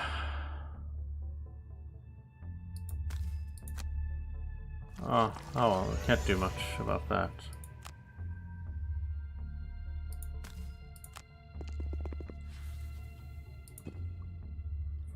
God, do your thing, fish. Why aren't you attacking?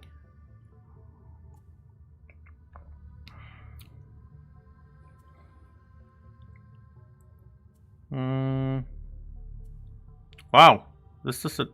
Well, he can heal himself, I guess.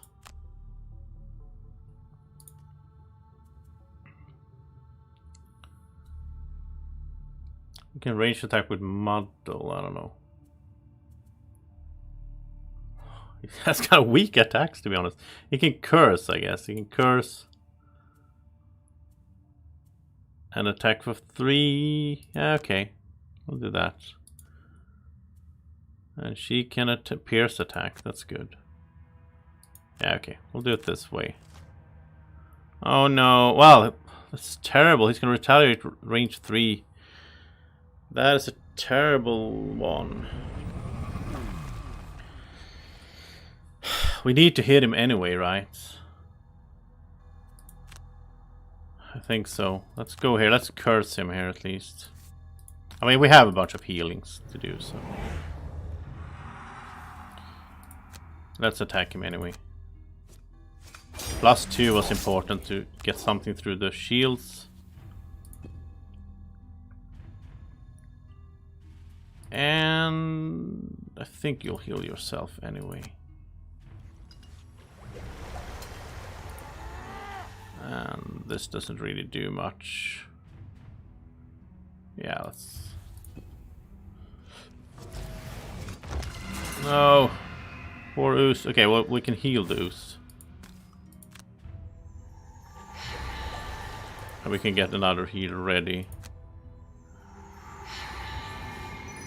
So I was planning to do an attack to heal her to yourself, but now I don't want to do that because she'll take 3 retaliations. I'd rather just do the one.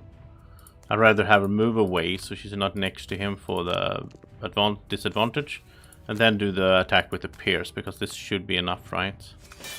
Oh, she actually healed anyway with the rolling modifier. Sweet. To reveal a plain stone tomb with a large sarcophagus in the center. Fish runs forward and pushes away the heavy lid. Finally, my master, you're free from your chains. You look on in confusion as the stone coffin crumbles away and a black mist emerges, enveloping the duplicitous thief. Yes. And now the betrayer will consume your flesh and your soul, just as I have done in ages past. Fish's muffled screams die as the mist coalesces around him, forming into the shape of a robed Savas. What? So he's a bad guy? They were all so easily corrupted, just as you are. The thief's soul was a good start, but I want yours as well. Ah, okay, so this, okay. So, like, he was possessed or whatever, and lured us in here because we were greedy and wanted treasure. That's a really cool story here. Alright, so now that's Fish. The betrayer.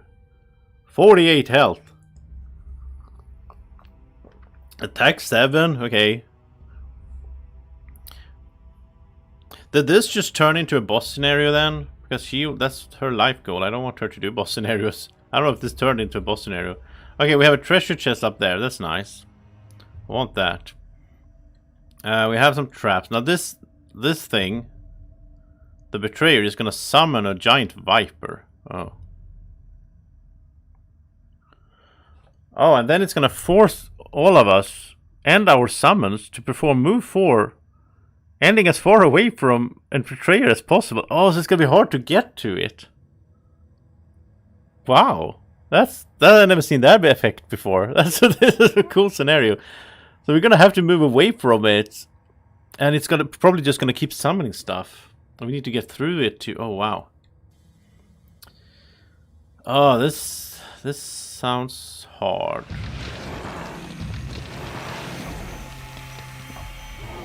What? It summoned 2 things? Oh, look at this. And then, oh no! The traps here. We might be pushed into... Oh, it didn't put us into the traps, though. That was weird. I think it could make us go, like... I think it controlled our actions. But, okay, how are we gonna sort this out? Okay, so we do need good movement in this scenario. I thought they was just standing here and doing stuff, but we need... We need to get close to it.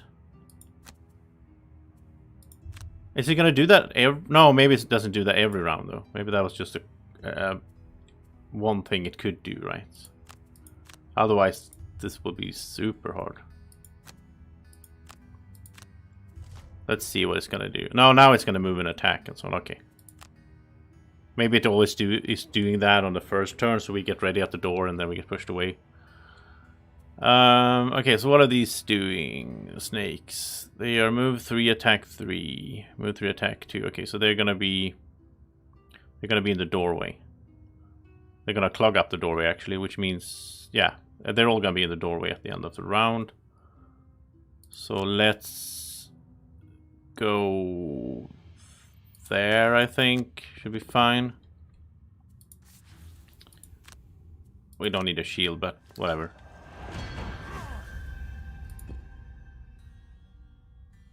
Ah, it's got the the shield as well. That's awesome.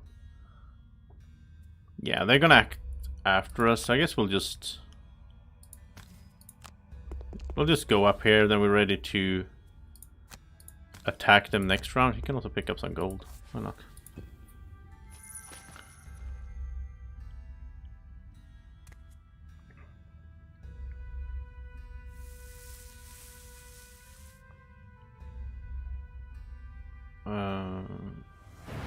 Oh, it was ranged attacking. I missed that part. Oh, yeah. Oh, that was stupid. We should stand there then. Yeah, I don't know. Annoying. Okay. Void Eater, you're gonna be useful now. Curse these nasty things. There you go.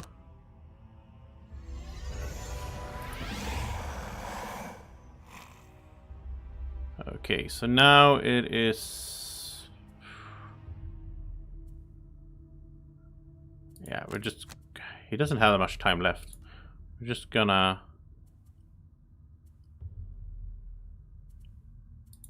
We are just gonna attack and heal and so on.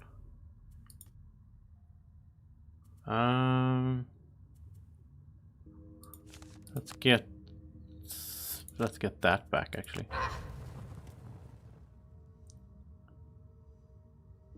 So, yeah, that's an attack of 3, unless the other dies before that. I don't think so, though. Okay, so now it's gonna... What is this? These cards are interesting. Force all mercenaries and the summons to move to the closest adjacent hex. Then force one mercenary to perform the following instead of their turn. Move, attack, heal. What?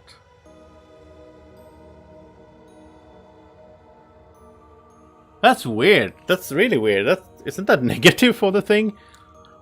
It's gonna force all of us and our summons to move to the closest adjacent hex, like next to it. Then it's gonna force one of us to attack it instead of doing our normal turn. And heal. Wow. That's very strange. Okay. So I guess we will all be clumped up here then. Because I don't know, or around it, I guess. Maybe that's where there's traps in there. Huh. Okay. So then I want to heal a little bit here, because one of us might end up in a trap. I don't like that. I mean, he's already taken his turn, so... I don't know how this is gonna work. This is gonna be interesting to see. So... Oh, okay. So it teleports us. How is this good for the... Oh, yeah, there we go. Good that I healed there. How is this good for the enemy? It seems like this is bad for it. That we get next to it. Closest hex. Okay, so it's just gonna pull them there. Okay. Alright.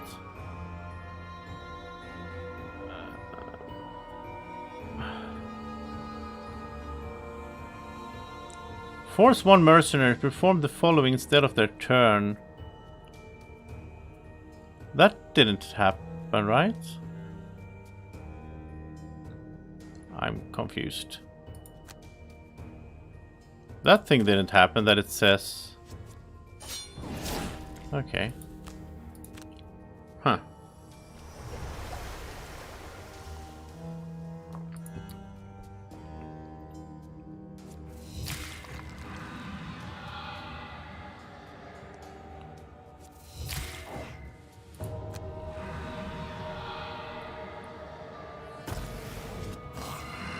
Oh, it's for... Oh! It's like it took control over... Look, it's making her... Oh, yeah, okay, now I understand. It made her turn into an enemy turn. Which was terrible that it picked her, because then both of these became enemies as well to us. And now she... Oh, okay, so now, yeah, so now she's gonna heal... Oh, look at that. Now it makes more sense.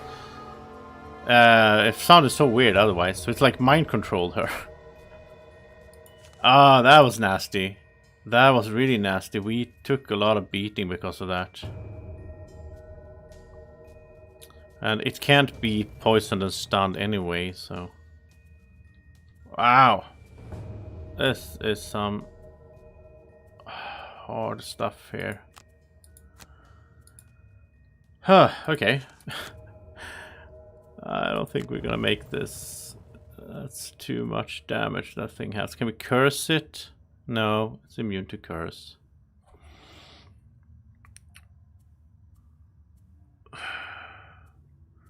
Yeah, we need attacks on the bottom of his cards as well. We need to get him the new cards. That's how it is. Because right now he's not... Well, we can curse the snake, I guess, of course. We can do that.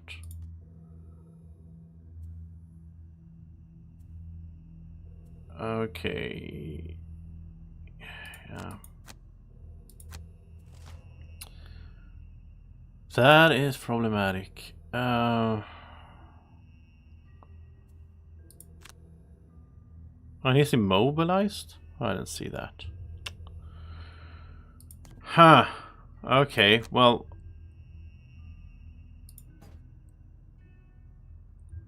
What's going on now? Why can't... Oh, he only has range 1. Yeah, of course. Okay, okay. Let's heal. Just gonna attack for 7 this time. We can't do that because there's no adjacent ally. Hey, Buster. Yeah, we're still going. This is hard. It's like a super boss in here. We are having some issues with this thing. There's a curse, at least. Maybe this is another scenario that we have to return to.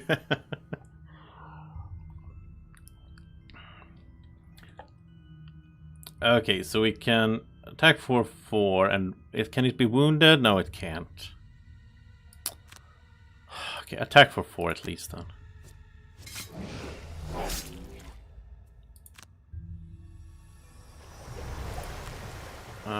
Skip movement, curse this one.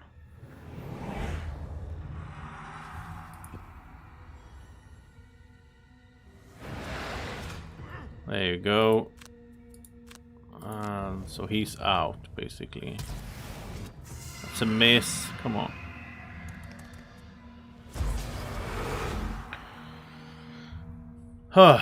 Alright. We can't... Since we can't curse or stun it, we might as well do this attack then. No, we can't reach it anyway. Okay, you know what? Let's stun this snake then. And curse it.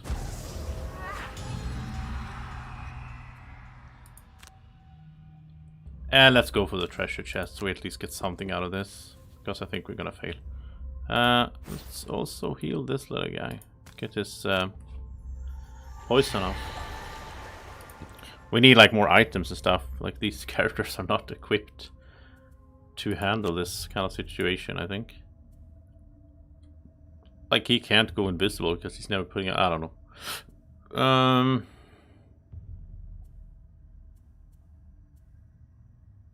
Oh well, he could have taken it, I guess. Move 6 loot. 2, 3, 4, 5, 6. It's almost, yeah, he almost gets there. Okay, so that's okay. We're just gonna give up in that sense. We're gonna go for this. There's a gold up here as well. That's not bad. Okay.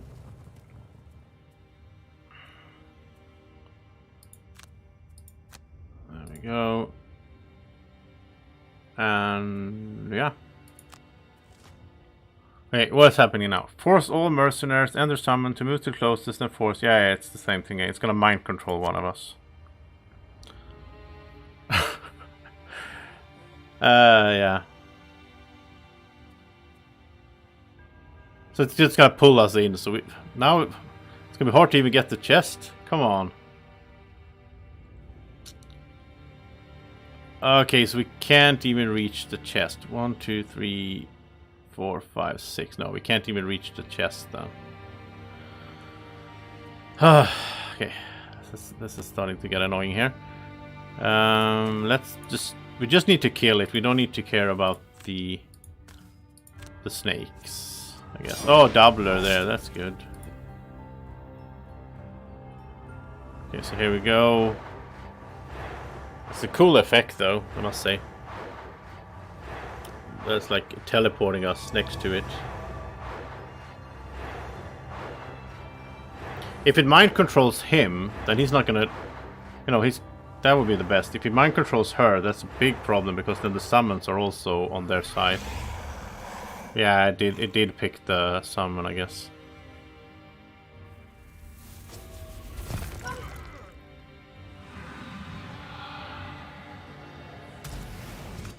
No, it didn't. Okay. Oh, it did pick him. Okay, that's fine. Oh, look at that doubler there.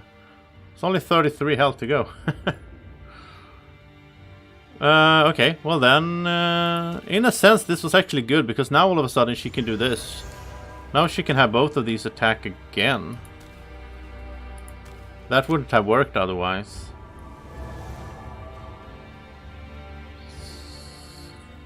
Well, yeah.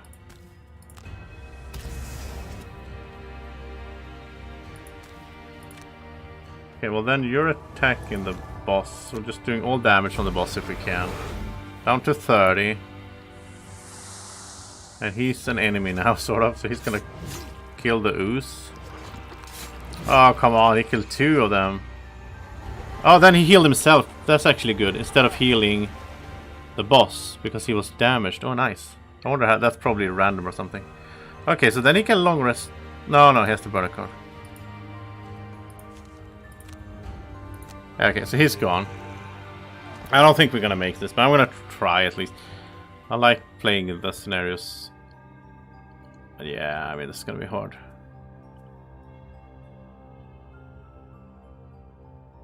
Okay.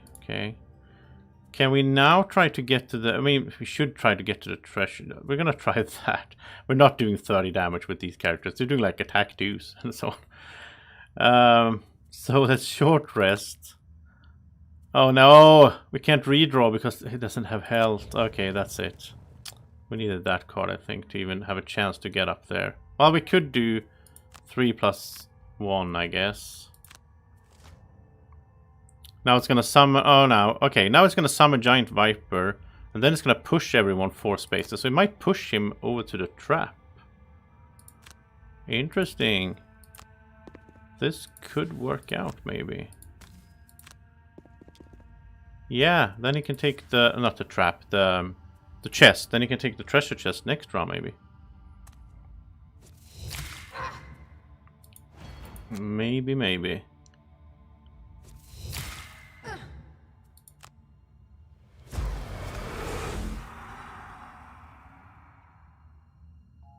And just in case. It's 27, okay. Oh, wow. This was a surprise how this scenario turned out. So like the next time we do it, obviously we're gonna know what to expect. That's gonna help out. And we also need way better like equipped. Ah, there we go. Got pushed up. We need way better equipped mercenaries to do this.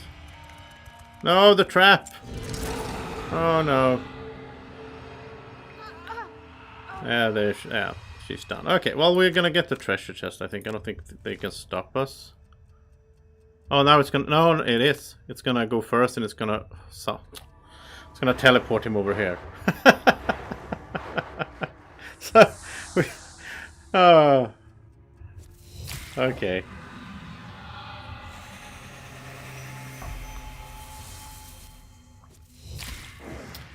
There we go. Alright, well it was fun. And, you know, we're not ready for this, but... And we shouldn't even do... We should do this together with the Plague Herald, but I don't want to do that now. We're gonna do that like when we feel ready to retire him, because this is the swamp. So, but it was good. We got to try the Darko, the new character, a little bit. We got to use Santa a little bit more as well, and we got some XP and some gold and so on, I guess. So it's fine. And oh yeah, wow, I didn't realize that. That's interesting, because we leveled up Gloomhaven. That means he could level up. So you can't have, like, if the Gloomhaven is higher level than you are, you will level up. I didn't realize that. That's cool. Huh, so he can level up. Let's do that then. Let's see what he can get here. I want more attacks on him, because attack 4 and remove all negative conditions on all adjacent allies. That sounds good. Place this card in one adjacent ally's active area and treat it as if they own the card. Shield 1.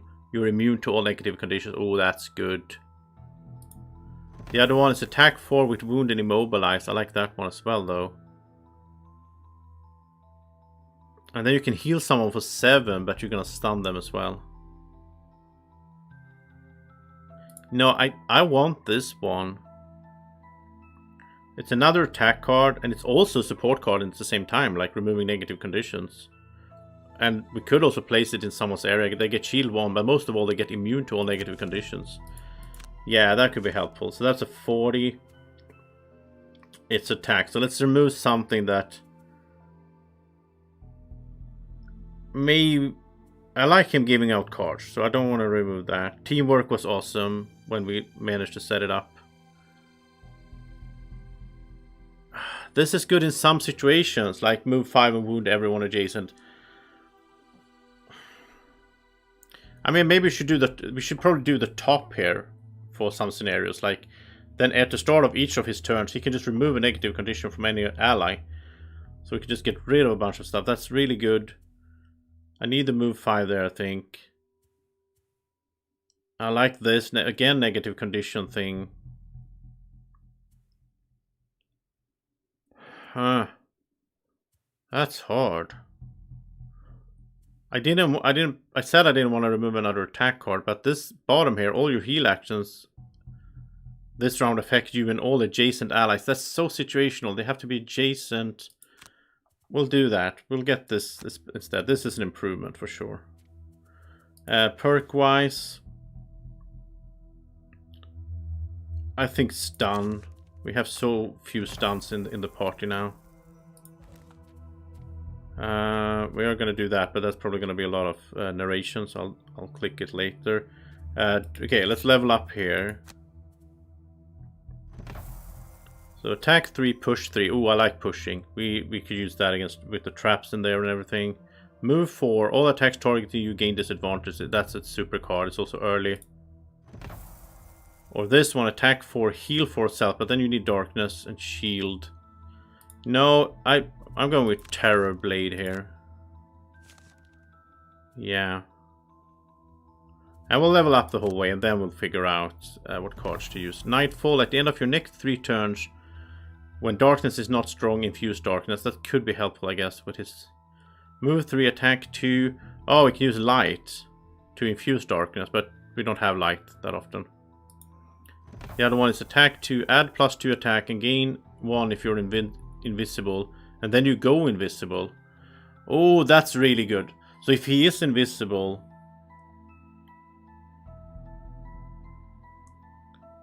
then he becomes invisible again. That way he can stay invisible 2 turns in a row. Yeah. I want to do the invisible thing with him because that's cool. That's kind of his thing, right? Then we level up again. Attack 2, poison, +1 attack if we use any magic, and we can put darkness in, which is good. I like the AoE thing. During your next 4 move actions, while invisible, perform attack 2, target all adjacent enemies as the final part of the action. Ooh. So if he's invisible, he can just move around and just smash things.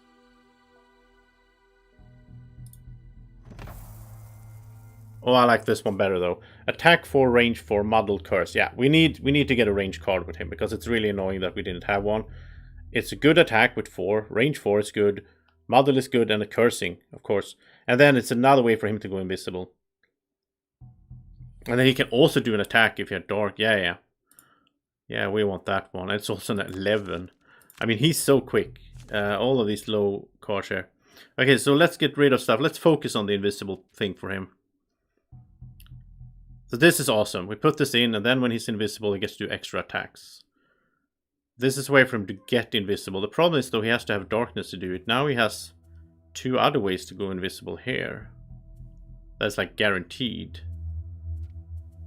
So I think that's an upgrade to this, and I hate the top part, attack 1. Okay, let's get rid of that. This is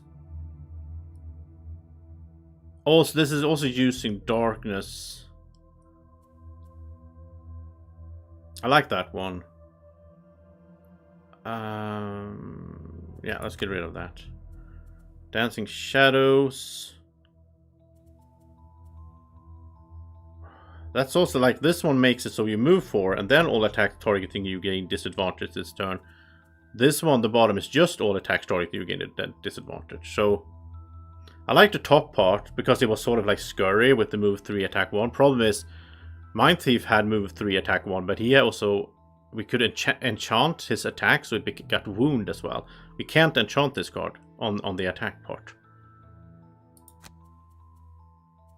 And these two, yeah, there we, yeah, okay. I think this might be fine. This is gonna be way better than he was in there, though. Hey, it's Clever Swine. Almost beat the second scenario. 1 skeleton left with 2 HP. Oh well, then you were really close.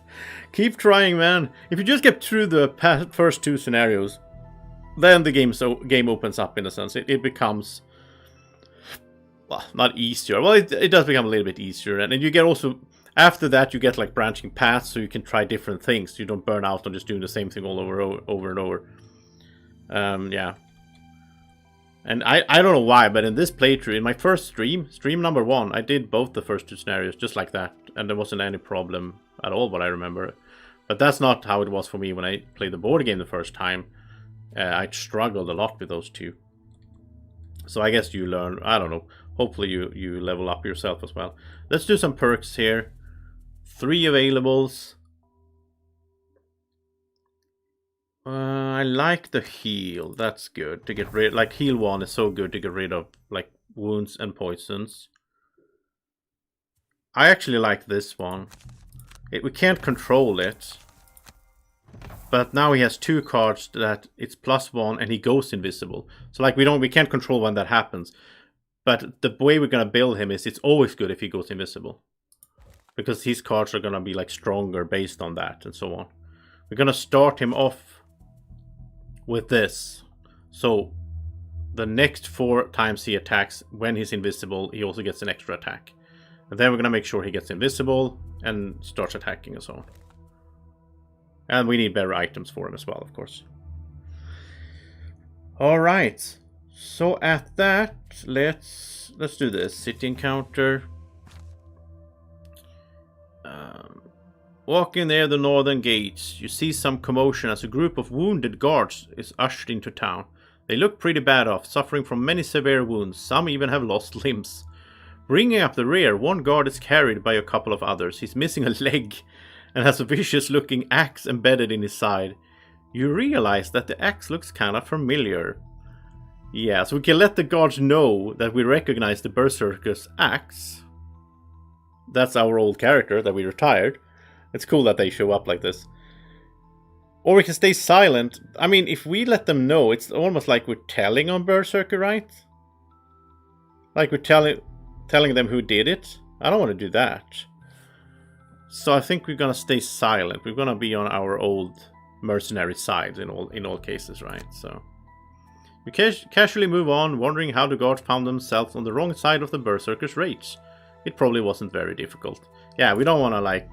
I felt like we were gonna go against her if we did that. Or if it was, I mean, it could have been that way, or it could have been like, haha, we know who that was. Like, I don't know. Let's go to the town records and listen to some narration. Dominic trots quickly from behind the counter to meet you as you enter the town records building. Just the mercenaries I wanted to see. I have something to show you. After vigorously shaking your hand, he turns and ushers you to follow as he moves toward the back room. The texts from the southern continent finally arrived, and they have been very helpful. They've painted a much clearer picture of the Demon War. Dominic opens the back door and gestures for you to sit down in front of his open book. Please, I'd like you to read the latest entry, and then we'll have more to talk about. There you are. In the early years of human expansion, it was inevitable that the military would clash with the burgeoning nation of fierce Valrath to the south. Both races had a thirst for power, and this came to a head in the grassland area of Stormbrew. Both nations claimed ownership of the region, and small skirmishes between settlements quickly escalated into an all-encompassing war. The fighting raged for 6 years. The full attention of both civilizations bore down on those blood-soaked plains. Both races were equally fierce, stubborn, and filled with an unquenchable rage. And after 6 years, the war had taken a heavy toll on both nations. With all of their resources being poured into the war, both races fell victim to numerous threats from within and from outside their borders. Starvation, disease, and crime ran rampant. Before too long, both would crumble and be destroyed under the weight of the conflict. So it came to pass, directly before what was to be one of the greatest and costliest battles between the two great commanders of the war, that an Aesthur appeared between the two armies and offered a means for peace. The Aesthur was the first of his kind that either of these two races had ever seen, and when he presented his offer, the commanders were terribly skeptical. In the end, however, they agreed to give the Aesthur a chance. Neither commander trusted the other or the Aesthur, so when the Aesthur told them to follow him to the east, both leaders brought a battalion of soldiers with them. After a few days of marching, though, a great fog rolled across the plains, and soon the two commanders were separated from their battalions. They emerged from the fog alone, just two commanders and the Aesthur standing in the middle of a great ruin, an entire city of overgrown stone from a long-forgotten civilization. Standing among the ruins, the Aesthur turned and told these two commanders a story. He told them of the great upheaval and the true history of their two races. When the story was finished, the two commanders made peace on the spot. The Valraths renounced their vicious, expansionist nature, and the two races worked together to build a civilization around strength and commerce. The story of the upheaval was only told orally, passed down from leader to leader. And many generations after the peace treaty was signed, the descendants of the two commanders began work constructing a new city as a monument to the treaty. A city built on the very spot where the Aesthur told his tale. The city of Gloomhaven. You look up from the book to see Dominic staring intently at you. A smile grows on his face. Right? He says. Surely you have the same questions I do. I mean, for starters, what was this upheaval? He begins pacing around the room, stumbling over his robes multiple times. Was it some sort of catastrophe? What could the Aesir have possibly said to stop an entire war? And Gloomhaven was built on top of an ancient city. We're all aware of the ruins beneath us, but I always thought it was an earlier settlement destroyed by raiders. But the ruins predate humanity itself. Is the upheaval what destroyed the original city? Dominic coughs and adjusts his beard. There are, well, too many questions. I cannot possibly continue without the answers. I pored over all the texts from the Valrath library, but this story told by the Aesir is in none of them. The books say it was only passed down orally, but that is hard to believe. There has to be a written record somewhere. He turns back to you and shrugs.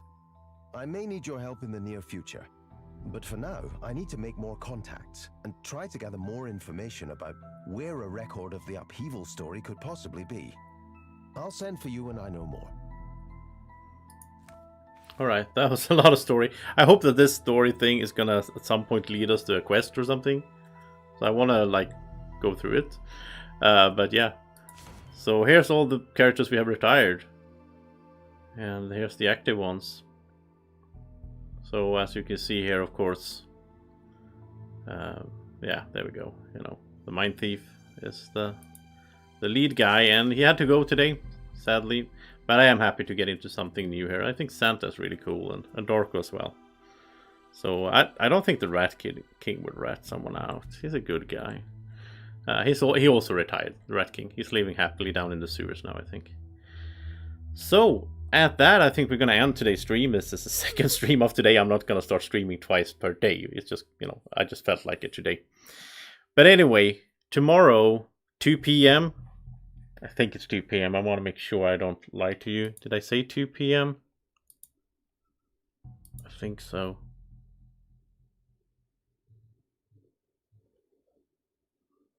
Yeah, 2 p.m. tomorrow. I'll be back with more Gloomhaven. And then we are going to continue the core quest. I don't know how that's going to go. We're going to try. We already tried earlier, but that was a totally different party, right? We are going to try to go and do this. Slave pens. And we only tried it once, and then we weren't prepared. And this little guy that we're going to protect, he just kept running. And so we need to keep up with him so that he just doesn't go straight into Inox and just dies. That's what happened in the first try. Yeah, we'll go back to this demonic rift at some point when we feel more ready. It was pretty hard, but I think, yeah, maybe we can do it at some point. And this as well. I think this one we can do now that we know what's going to happen. It's just that we need better, like, these guys don't have good gear and everything. We need to get a bunch of gold and equip and so on. So yeah, that is everything for today. I hope you enjoyed these two streams, so this stream here. I will remind you again, if you don't already know it, that you can, if you watch this afterwards, there's timestamps down here, so if you want to skip like story parts or whatever, you can go straight to when I go into dungeons, which I think, you know, if there's dungeon you want to see played, you can find it that way, which is very helpful, I think, for the viewers. And thank you to everyone who's been helping out in the chat and everything, as usual. I really appreciate you being there, and have a great evening or morning, or whenever you're watching. Take care. Bye-bye.